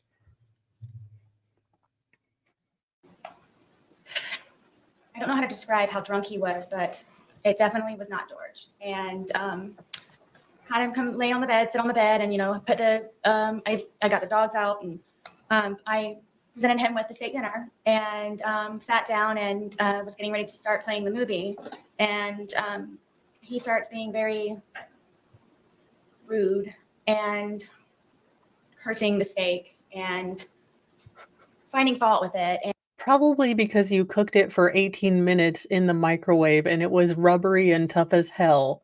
Not even ketchup and A1 sauce could save that steak. It was probably like a damn frisbee for frisbee golf. He was being rude and disrespectful. Okay. Probably because, you're like, you can just cut it with a knife. It's so tender. And he's over here trying to use like a skill saw and still can't get through it. And then, I'm having to encourage him to eat. If you want me to cut it up for you, I will cut it up for you. Did you want some more sour cream for your potato? What can I do to make you happier? And then he Sarah, never in the history of ever have you ever worked in your life to make someone happier. Now, yourself happier, I can totally believe, but you doing something altruistic without forethought and calculation as to how you can, rein this into a personal favor for you, not buying it. Survey says that's a lie. then he started to pull on me and kept saying that, excuse me, that I just want to fuck you on the steak and fuck you on the potatoes. I'll take things for never happened for 8,000, Alex. No man has ever chosen steak or chosen Sarah over steak. Hell, I'm guessing most men would choose a Slim Jim over Sarah. Sure, Sarah. He was blinded by passion. He was ablaze with romance. Okay. No one wants to get in them shorty short pink shorts. We don't know how corrotated that particular crotchular area is. Ain't no one want to go there without a hazmat suit, Sarah. Let's be real. Nice try. And I took offense to that, and I kept trying to encourage him to eat. I started to eat. Is this just him really drunk and saying nonsense? And thank you. Let's see. I don't know. LGBTT GGIQA plus golf. Thank you for the $5. Who can fail with a sandwich and a beer? She forgot she's supposed to disappear part. I got a little confused with the Wime momless brain. Yeah. Just, take a sandwich in, show your man you love him, cut the crust off, and then leave. And don't ask him what he's thinking, because it's nothing. He is thinking about the Roman Empire, why farts light up, or how glue doesn't get stuck in the bottle because it's all glue. So why doesn't it stick to itself? Join me for more practical marriage tips by Mo. Thank you so much for the super chat. I don't know why he was so angry that day. I don't know if it's because I got steak. I don't know. Most of the time I don't know the reason why. I couldn't take it anymore. Obviously I was not going to be able to eat. So I started to crawl off of the bed to leave, just the bedroom. And he told me again that I'm not going anywhere. And he stabbed me in my leg, and it crunched. You could hear a noise that it made, and blood just started to come out of my leg, just like a fountain. So I got off of the bed. He's starting to freak out and grabbed me Also, things that never happened for 800, Alex. If she had an arterial bleed, so now it's in her shin, there are not. If he had gotten her femoral artery, yes, she would have bled out in about 45 seconds, I believe. But that was nowhere near her bone. She's like, I heard a crunch. But then I remembered Tina Turner, and I was like, no way in hell is I gonna get me down. I am going to sing What's Love Got to Do with It with my gams. One day I will rise. No, just no. She's like, and I felt my soul leave my body, and I was flying to them pearly gates, but I realized I still had a purpose down here. George needed to be made into a better person. And I struggled back to the land of the living. And then I drove myself back to the hospital. I mean, the collective eye rolling that was going on during this testimony, I am shocked that we did not skew the earth off of its axis at least a couple degrees. I can't. This story is so ridiculous. A towel. I got a wet towel and I'm sitting here holding the towel, and it's increasingly becoming even more and more saturated by the minute. It's just minutes. So I'm going through towels and towels. And I said, George, I think I need to go to the hospital. This is not stopping to bleed. This is serious. And he got on his knees and begged me, please don't call the police. Please don't call the police. Please don't call the police. And inevitably, he went and got my car keys and put them around his neck again, and my cell phone. So I was not able to call anyone, and I wasn't able to leave in my car. So I figured I would just go downstairs, and I'm just going to go downstairs. And I had propped my foot up on the glass table that we had, and blood is just everywhere. Blood is everywhere. I can't keep up with the amount of blood, and I'm starting to feel very weak and really weird. And he comes downstairs and he's still begging me, please don't call 911. It was at this moment during severe blood loss that Sarah's conscience was fighting to take over. It's like that end in oh gosh, The Omen, where Damien's trying to fight to be good, and it's like, Sarah, you could be better. You could stop drinking. And it's like, no, I won't.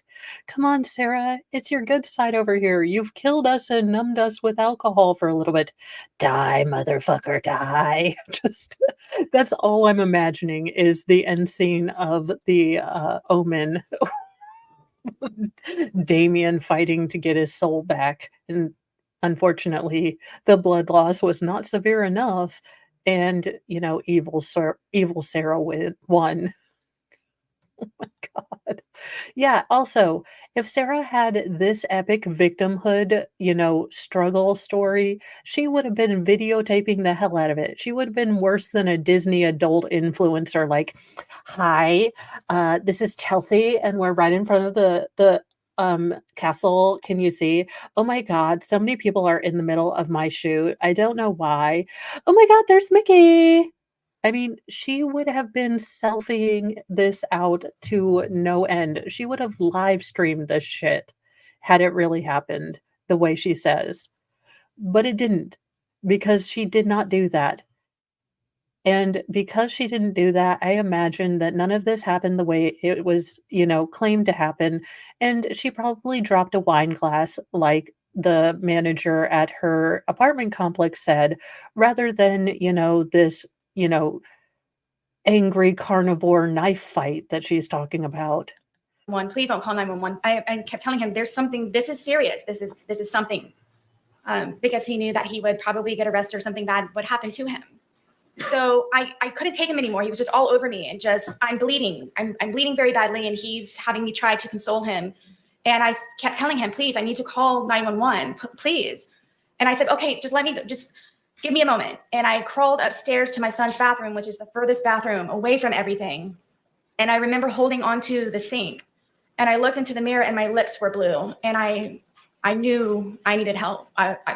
No, if you are suffering severe blood loss, your lips would probably not turn blue. You would become clammy, you would become disorientated, dizzy, you would be very, very pale. You would have poor capillary refill in your extremities and possibly your face, depending on where the cut was. But no, your lips would not be turning blue. Nice try. Nice try, Sarah.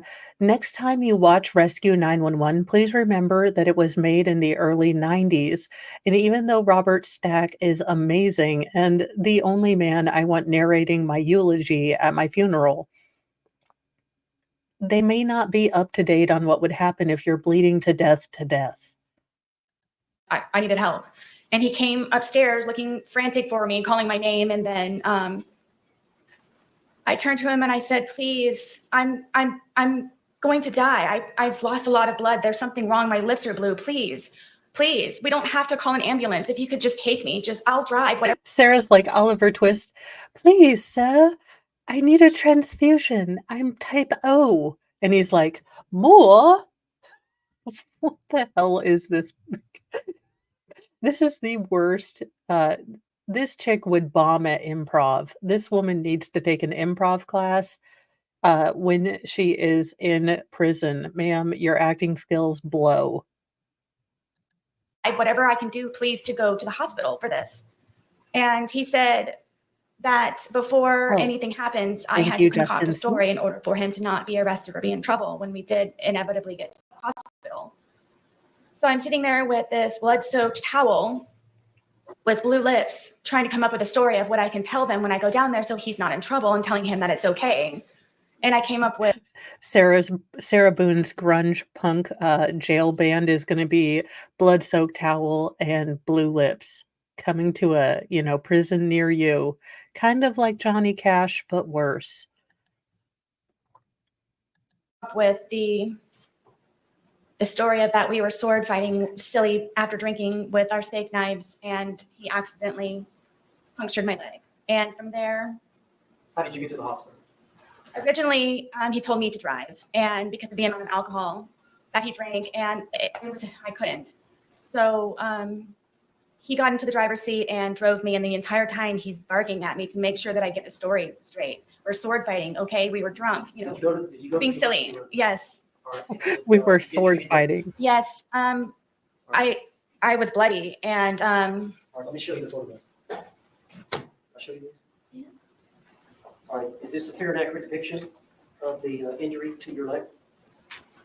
yes, I had to go to 2 different hospitals for it. And you lied to medical personnel about how this happened? Yes, they brought in sheriffs and everything. Was it consistent with, they brought in sheriffs? Did you have to answer to the law enforcement officers? Yes, Did you stick with the story that you and Georgia agreed? I did. Judge, I'd like to offer this positive exhibit. Okay. Was pre-marked as K will be received into evidence without objection as defendant 6.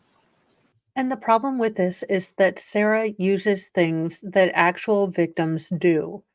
Actual victims will cover for their abusers. They will make up a story instead of, tell the truth about what happened. They will maybe not confide, to people what actually happened or the real story. And again, she is just making it that much harder for when a woman or a man has a legitimate claim of self-defense because of battered spouse syndrome.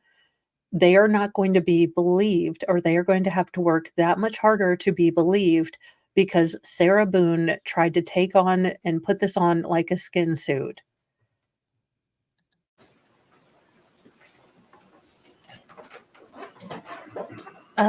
Yeah, I saw that too. I didn't get to finish it. I had to switch over to Delphi because there was some breaking stuff You may publish that. Thank you. and I wanted to be on top of that, but I need to finish that one.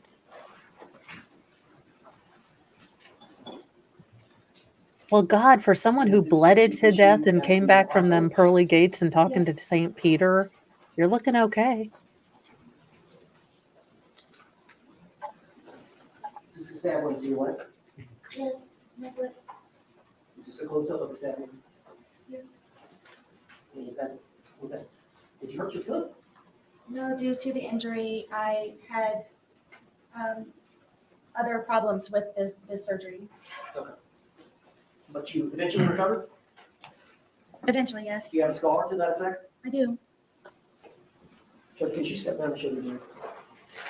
I would like to introduce a trigger warning. I don't generally put these up, but we are going to have to stare closely at Sarah's gams. So if you find yourself oddly aroused, I would call a doctor. I'm pretty sure that's not healthy. But for the rest of us, we get to see Sarah's, alky legs, as Baker likes to call them. So general, trigger warning. Mr. J, you may. There's a lock, sir. Out. All right, I don't know No, if that's keep what these Sarah judge- locked in.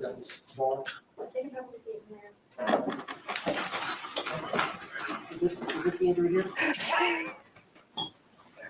She's like, don't let your tie get in the way of my car.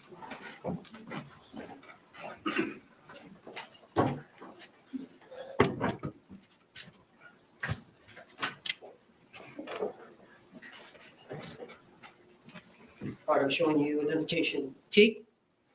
You recognize that photograph? Yes. All right. Looks like you've got an injury to your lip and to your face. Do you recall this event? I was trying to sleep, and Have y'all been drinking? Thank you for the super chat. Chalky, I know that he white, had been cottage drinking. This is cheese, one of the alky instances lit. where I would go upstairs to try to Well, go to any of sleep. you need to And start y'all a drank diet. together a lot, did you not? I'm sorry that we just destroyed Sometimes, cottage yes. cheese for There you. were times where he wanted to stay up and continue to drink and you wanted to go to bed. Many times, yes. You were done. Thank you so much. He was not. Correct. Was that one of these times? Yes. So tell us what happened. I'm sleeping in the bed, sound asleep, and he comes into the room and grabs me by my hair a lot of the times. And from here, he scratched me from trying to grab me, and then grabbed my hair and pulled me off of the bed, and then raked my face across the carpet. These are carpet burns. To your lips? Yes. What about to the, looks like the eyebrow area? That's from where from grabbing me, scratched me and got a hold of me by my hair. Why was he mad at you? Because I wasn't downstairs with him. He wanted you to be drinking with him? Huh. You know what's amazing, Sarah, is that you only captured footage of you waking George up attempting to get into the room on the, apartment he shared with you. The only time we see anyone woken from sleep, it's George on either that occasion or the other various occasions you call the police on him. It's amazing that he wakes you up like full terror style and you didn't get any photographic evidence of it because you had all this photographic evidence of the, cyclone of chaos that George created around you. Huh. Interesting. But when it comes down to the nails and tacks of it all, you only have pictures and photos and evidence of him berating you or photos that don't, link George directly to it. But you sure as hell could use that video to take degrading and humiliating videos of him. Awesome. All right, I'd like to introduce identification T and evidence. What was pre-marked as T will be received into evidence without objections. Defense Exhibit 7.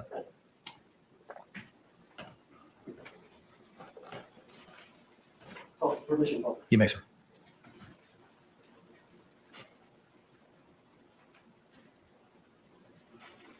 All right, you see the injury between the eyes and the injury to the lip, Yes. as you described? Yes, and then the blood going down my eye, yes.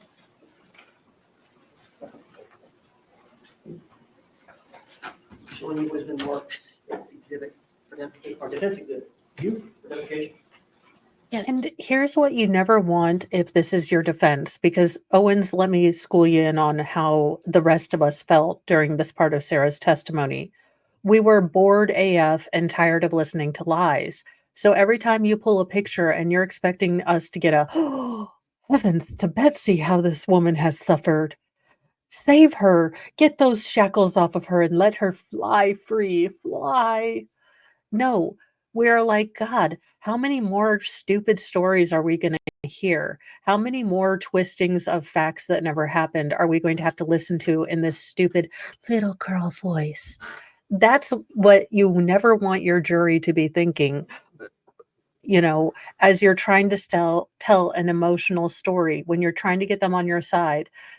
They shouldn't be excited that we're coming to the end of all these pictures, because that's how I felt. And I'm pretty sure some of the jury members, especially number 3, who was like, hells yeah, could we send her to old Sparky? Juror number 3 was our spirit animal when he's like polling. Is this your verdict? Yes. Is this your verdict? Yes, sir. Juror number 3. Fuck yeah. Bitch is crazy. I mean, I'm just saying, I'm not sure that I would say it, but juror number 3's tone and general just speak attitude was the best thing after this entire trial. 'Cause I was like, "Please let juror number 3 be the one that talks and gives a tell-all from inside the jury room as the suitcase sleeps." Can you describe that photograph? I can. Go ahead.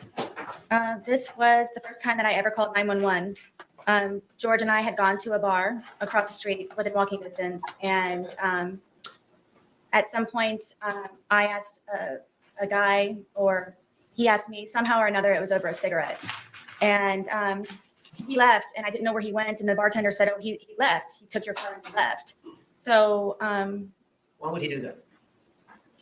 Because well, I found was out when I kind of got a home, whore. It was because I spoke to a Let me fill you in on a little bit of backstory. Sarah has a sort of, let's say, distant relationship with monogamy. She was out just catting around the town with Brian before she met George.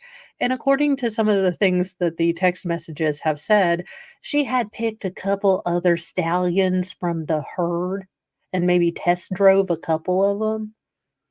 So, maybe George had reason to be a little bit irritated when, Sarah was out talking to another gentleman. She was finding herself another beau. Whatever. Ma'am, stop. another man. And Yes. so I paid the tab and I walked home, and he's Yes. sitting on the back porch with the handle of vodka. And I was walking on eggshells and terrified and kind of treaded lightly when I came in, and he acted all natural and fine. So I didn't know the reason why that he had just gotten up and left with my car. So then he calls me a whore, and then he calls me a slut, and then he calls me a cunt, and gets up and pushes me. George, wherever you are, whatever you do, and hopefully you are at peace and without pain and without suffering now. But I would just like to thank you for calling a spade, even if it's in Sarah's own twisted memory.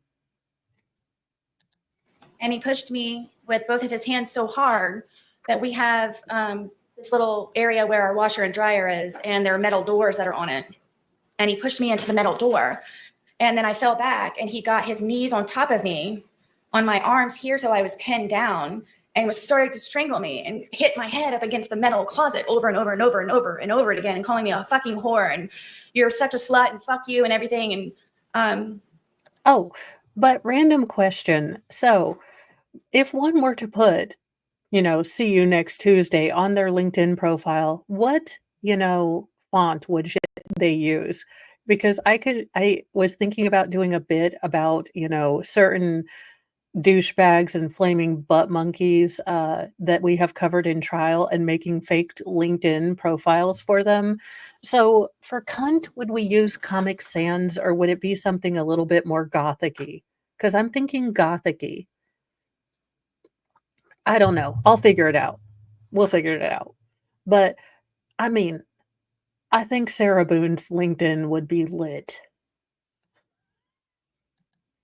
my tongue was flopping out of my mouth, and I thought I was going to bite my tongue off. And because of the amount of noise, I guess, my head was making on the metal door, he slid me down and got back on me, and then started to strangle me again. And it was we have carpet, but it's like concrete. And I was able to get my arms out from underneath and grab his throat and get him off of me. So I got him off of me, and I pushed him off, and he came up and he goes, "You fucking bitch." And he stomped my face. And the next thing I know, I woke up. I obviously blacked out. I'm obviously, I guess, yes. And he was passed out on the floor.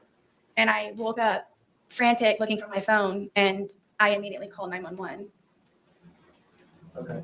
The police arrived on that incident? Yes, they did. Is this a fair and accurate And depiction didn't of you the both abuse get you sustained as a arrested? result of him kicking you? Stomping, yes. A stomp? Stomp. With his All I heel? saw was his heel. This is yes, that this be identification you be admitted today. What was Oh, the pre-marked as you will be infamous received shoe without polish objection as defense eye. 8. It's like she watched the Three Stooges and thought that's what a black eye would look like. Having had a black eye from my youth, that is not what a black eye looks like. There should be swelling. There should be it would almost be impossible that her nose wouldn't have been broken, a cheekbone wouldn't have been fractured, or the orbital bone would not have been crushed in some way. Not to mention your nose. Sure, sure, Sarah. George was a heel sniper and he caught your eye. And let's see. Oh, go back and Nate. Uh, let's see. LBTGGIQA plus golf for $5. Oh, the sent the jury. OH, the jury sent the jurors home for the weekend as they needed a golf lesson. Please contact your local pro. There you go. Sorry, I butchered that completely. Yes, if the jury needs any rest and relaxation, go learn how to golf. Um, I'm sure that will be relaxing. Although with my hand-eye coordination, it would probably just be infuriating. Also, to be fair, I never want to be responsible for anyone's functional alcoholism, and I feel like if someone had to try to teach me how to golf, they would end up in a state of Sarah Boone drunkitude, which is why I also do not, ask anyone to teach me how to do a computer because, oh my gosh, I can just imagine, sending some poor someone over the edge with my dumb questions. Yeah, also people have noted that her eyes aren't bloodshot. They are weirdly droopy. It's a very odd angle that she's done with her eyes, but or with this picture, but it definitely just doesn't look correct at all. Work a computer, Was that the next do a day or was that computer, a few days later? That's a couple of days later. A couple of days later and it hasn't started to green or yellow. Okay, ma'am. Now, the police were called, and we'll talk about that in a minute. Let me go to the jury.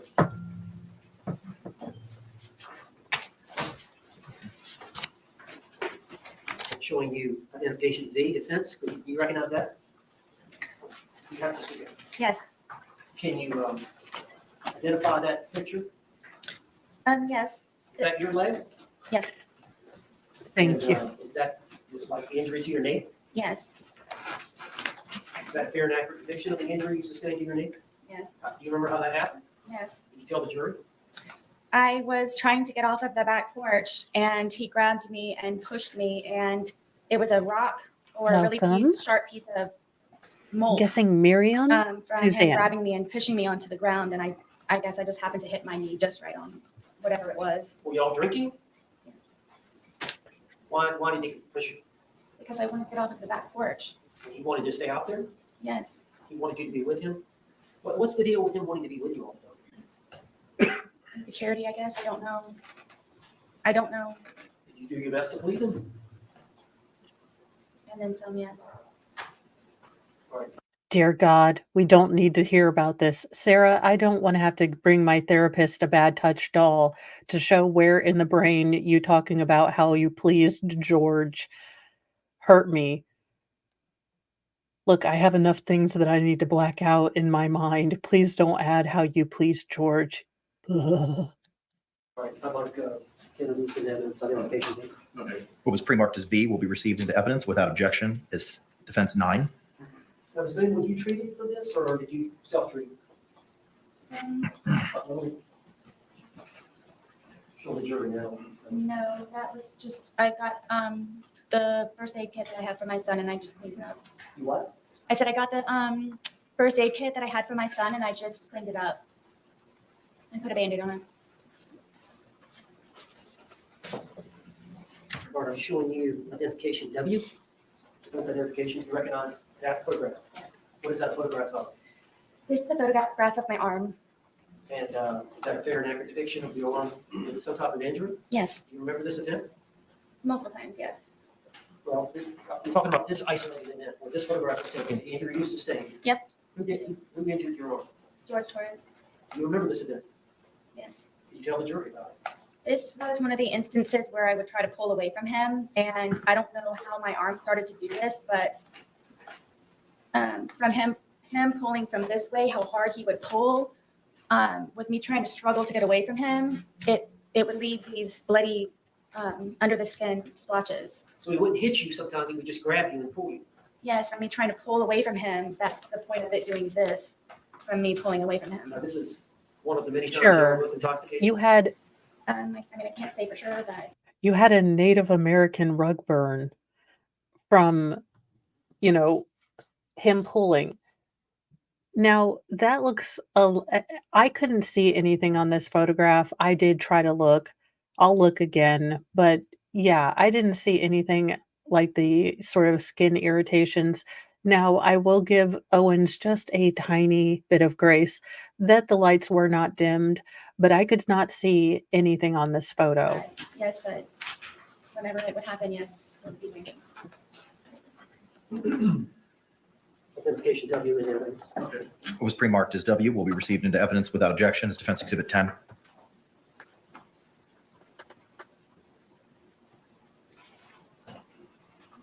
You may, sir. All right, it doesn't look like a wound or anything. Objection commentary. Sustained. Tell me, you said it's just from the grip, him losing his grip? Yes, Those it would look be like from me pulling away from him, freckles. and whatever under the skin it was that it was disturbed from the amount of pressure of him holding and then pulling from me. would There create was those on my never arms. any.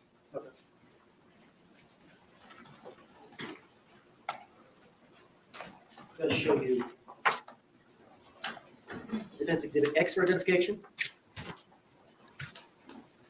Yes.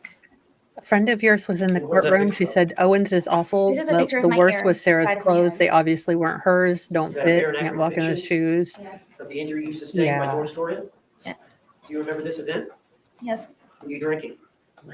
I at the time was not drinking. No. On this event, sure had you not weren't. consumed any alcohol. I mean, I may have earlier. This was another. I was in the bed trying to sleep.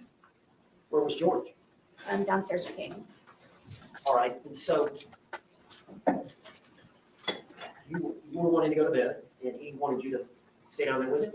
Yes, I was in the bed. All right, tell the jury what happened on this event. I believe this was the instant where I was in the bed and I used to barricade the door with our dresser. Why didn't you just lock it? All of the locks were broken in my home. Or They were from George taking them in, including my son's. At one point, I could seek refuge in my son's room, but he broke that one as well. tell me, explain how that happens. Tell the jury. We can't read your mind. And this is how I knew. This is how I knew this woman was full of crap. Because if you have ever been in a relationship with a person like Sarah, a person that is erratic, that is abusing substances, that can turn on a dime when they are using substances, you never, and I repeat, never go to sleep before them. You do not go to sleep. You do not let your guard down. I don't care how tired you are. You learn to stay up until they pass out. That is how you know she's a liar. Because if you have this heightened, this PTSD, this hypervigilance, this walking on eggshells, you do not fall asleep. You don't. If you're terrified for your life that George is going to get out of that suitcase or, come upstairs, you don't put yourself in a vulnerable position. You never do that. You do that once and only once, and you never do it again. So this is all bullshit. I lived it. You don't do that. Nice try. Not to mention, you're telling me you were so crocked, so tired, so out of it that you didn't hear a man push like 100-pound dresser and, an armoire away from the door. You're telling me that didn't even wake you up. You're telling me that him beating on the door repeatedly to get this door open after you barricaded it didn't wake you up. Sure, Jan, sure. George wants me, which he has told me numerous times, that I am to be with him at all times and doesn't like to be apart from me or away from me. So whenever it was even just to go to the bathroom, sometimes he would go with me. And you have to understand, I have a 2-story 900 square foot townhomes. There's not many places to go. So it just happened to be that it would be upstairs or downstairs, or I'd be in a particular room or not. So inevitably. Did you want some time away? Yes, I did.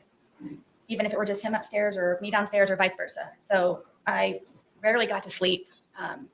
This was one of the instances because I had barricaded the door with our, 200-pound dresser that we had. And then I had my nightstand barricaded up against the bed to where. So I will say the television video, like you, Jay Borreggio, hopefully I did not butcher that. The sentencing is on December 12th. What was I going to say? Yeah, I will say that I was kind of interested to see this television video because I thought for sure, at least at one point, we were going to see George kind of Hulk out. I had been told, hey, there is this video. He is destroying the hell out of my TV. And what I saw was a broken man with, if he were really hulking out, if he was pissed off, he would have been pointing that bat at Sarah. You better listen to me. This is what I would do to you if I didn't have control. Kapoom, kapoom. You effing heifer. Never talk to Brian again. Do. I mean, all I saw was a broken man who could barely lift a bat and hit a TV a couple times without having to take a break. A malnourished and shell of a person who was so deeply lost to his own addiction. That's what I saw. I didn't see, a Hulk. I didn't see, a giant person. I simply saw, a broken person lost in his own addiction, doing something kind of half-assedly, half-heartedly. It was beyond unsettling to see that. And unfortunately, you guys, this is where I'm going to have to end this today. As a non-Sarah-like mother, I am going to go work on making some dinner and making sure, because it is suspiciously quiet now, what the two youngest, most ferals are doing. We will probably continue this. I will probably work on this Sunday and finish Sarah on the stand. I really forgot that this was about a 5-hour between the state, the kind of break to do the, battered spouse thing and everything else. I always forgot that this was 5 hours long. But as I end each and every one of these, speaking as a person that did leave a relationship with a Sarah, if any of this, man, woman, Zimzer, even furries, if any of this relationship looks like something that you are dealing with every day, if you see, a lot more of Sarah, say, in your partner or in yourself, please get help. Please leave this relationship if you're dealing with something like this. You do not have to stay in a relationship where you are made to feel like a dog, where you are constantly berated, where you are kept from your family and friends because of shame that you are in the relationship, but also the practical matter of not having to deal with your partner's wrath. It will be the scariest thing. I wish I could lie to you and tell you that it's going to be easy and walking away is easy. It's not. It is a hard step and, but I can tell you that you can take the step after that, and you can take the next step after that, and the next step after that. It will be a scary first step. It will feel like falling without a parachute. But absolutely, you do not have to stay in this kind of relationship. So there you go. That is my obligatory, just, really, really, if you see warning signs like this, please don't stay in a relationship that is hurting you. Whoever you are, man, woman, Zimzer, furry, even, Pastafarian, just, really, really think about it. Any hoozle, I'm going to go check on the boys and then probably make a hamburger helper for dinner. I am really pulling out all the stops here on this Friday. It is a Midwestern feast a-coming, probably a casserole. Anyway, have a great day, you guys, and I will put up, don't forget tomorrow we have Legal Shenanigans Theater. If you like Mystery Science Theater and you like Sarah Shenanigans, we do a little thing, Veilhammer Media and myself do a little thing called Legal Shenanigans Theater, and we will be focusing on the state's rebuttal this time. So the force is not with you is what Legal Shenanigans Theater will be presenting tomorrow at 3 p.m. I do need to change the title because I just thought of that one and it's much better. Uh, but we will be going over the state's rebuttal and then attempting valiantly to stay on topic, which sometimes we do, sometimes we don't. Anywho, have a great day. Thank you all for joining, and thank you so much for supporting this channel and everything else. Be kind to yourself, be kind to others. But, if people are being jerks, screw them. That's Mo's word of the day and wisdom of the day. Bye, you guys.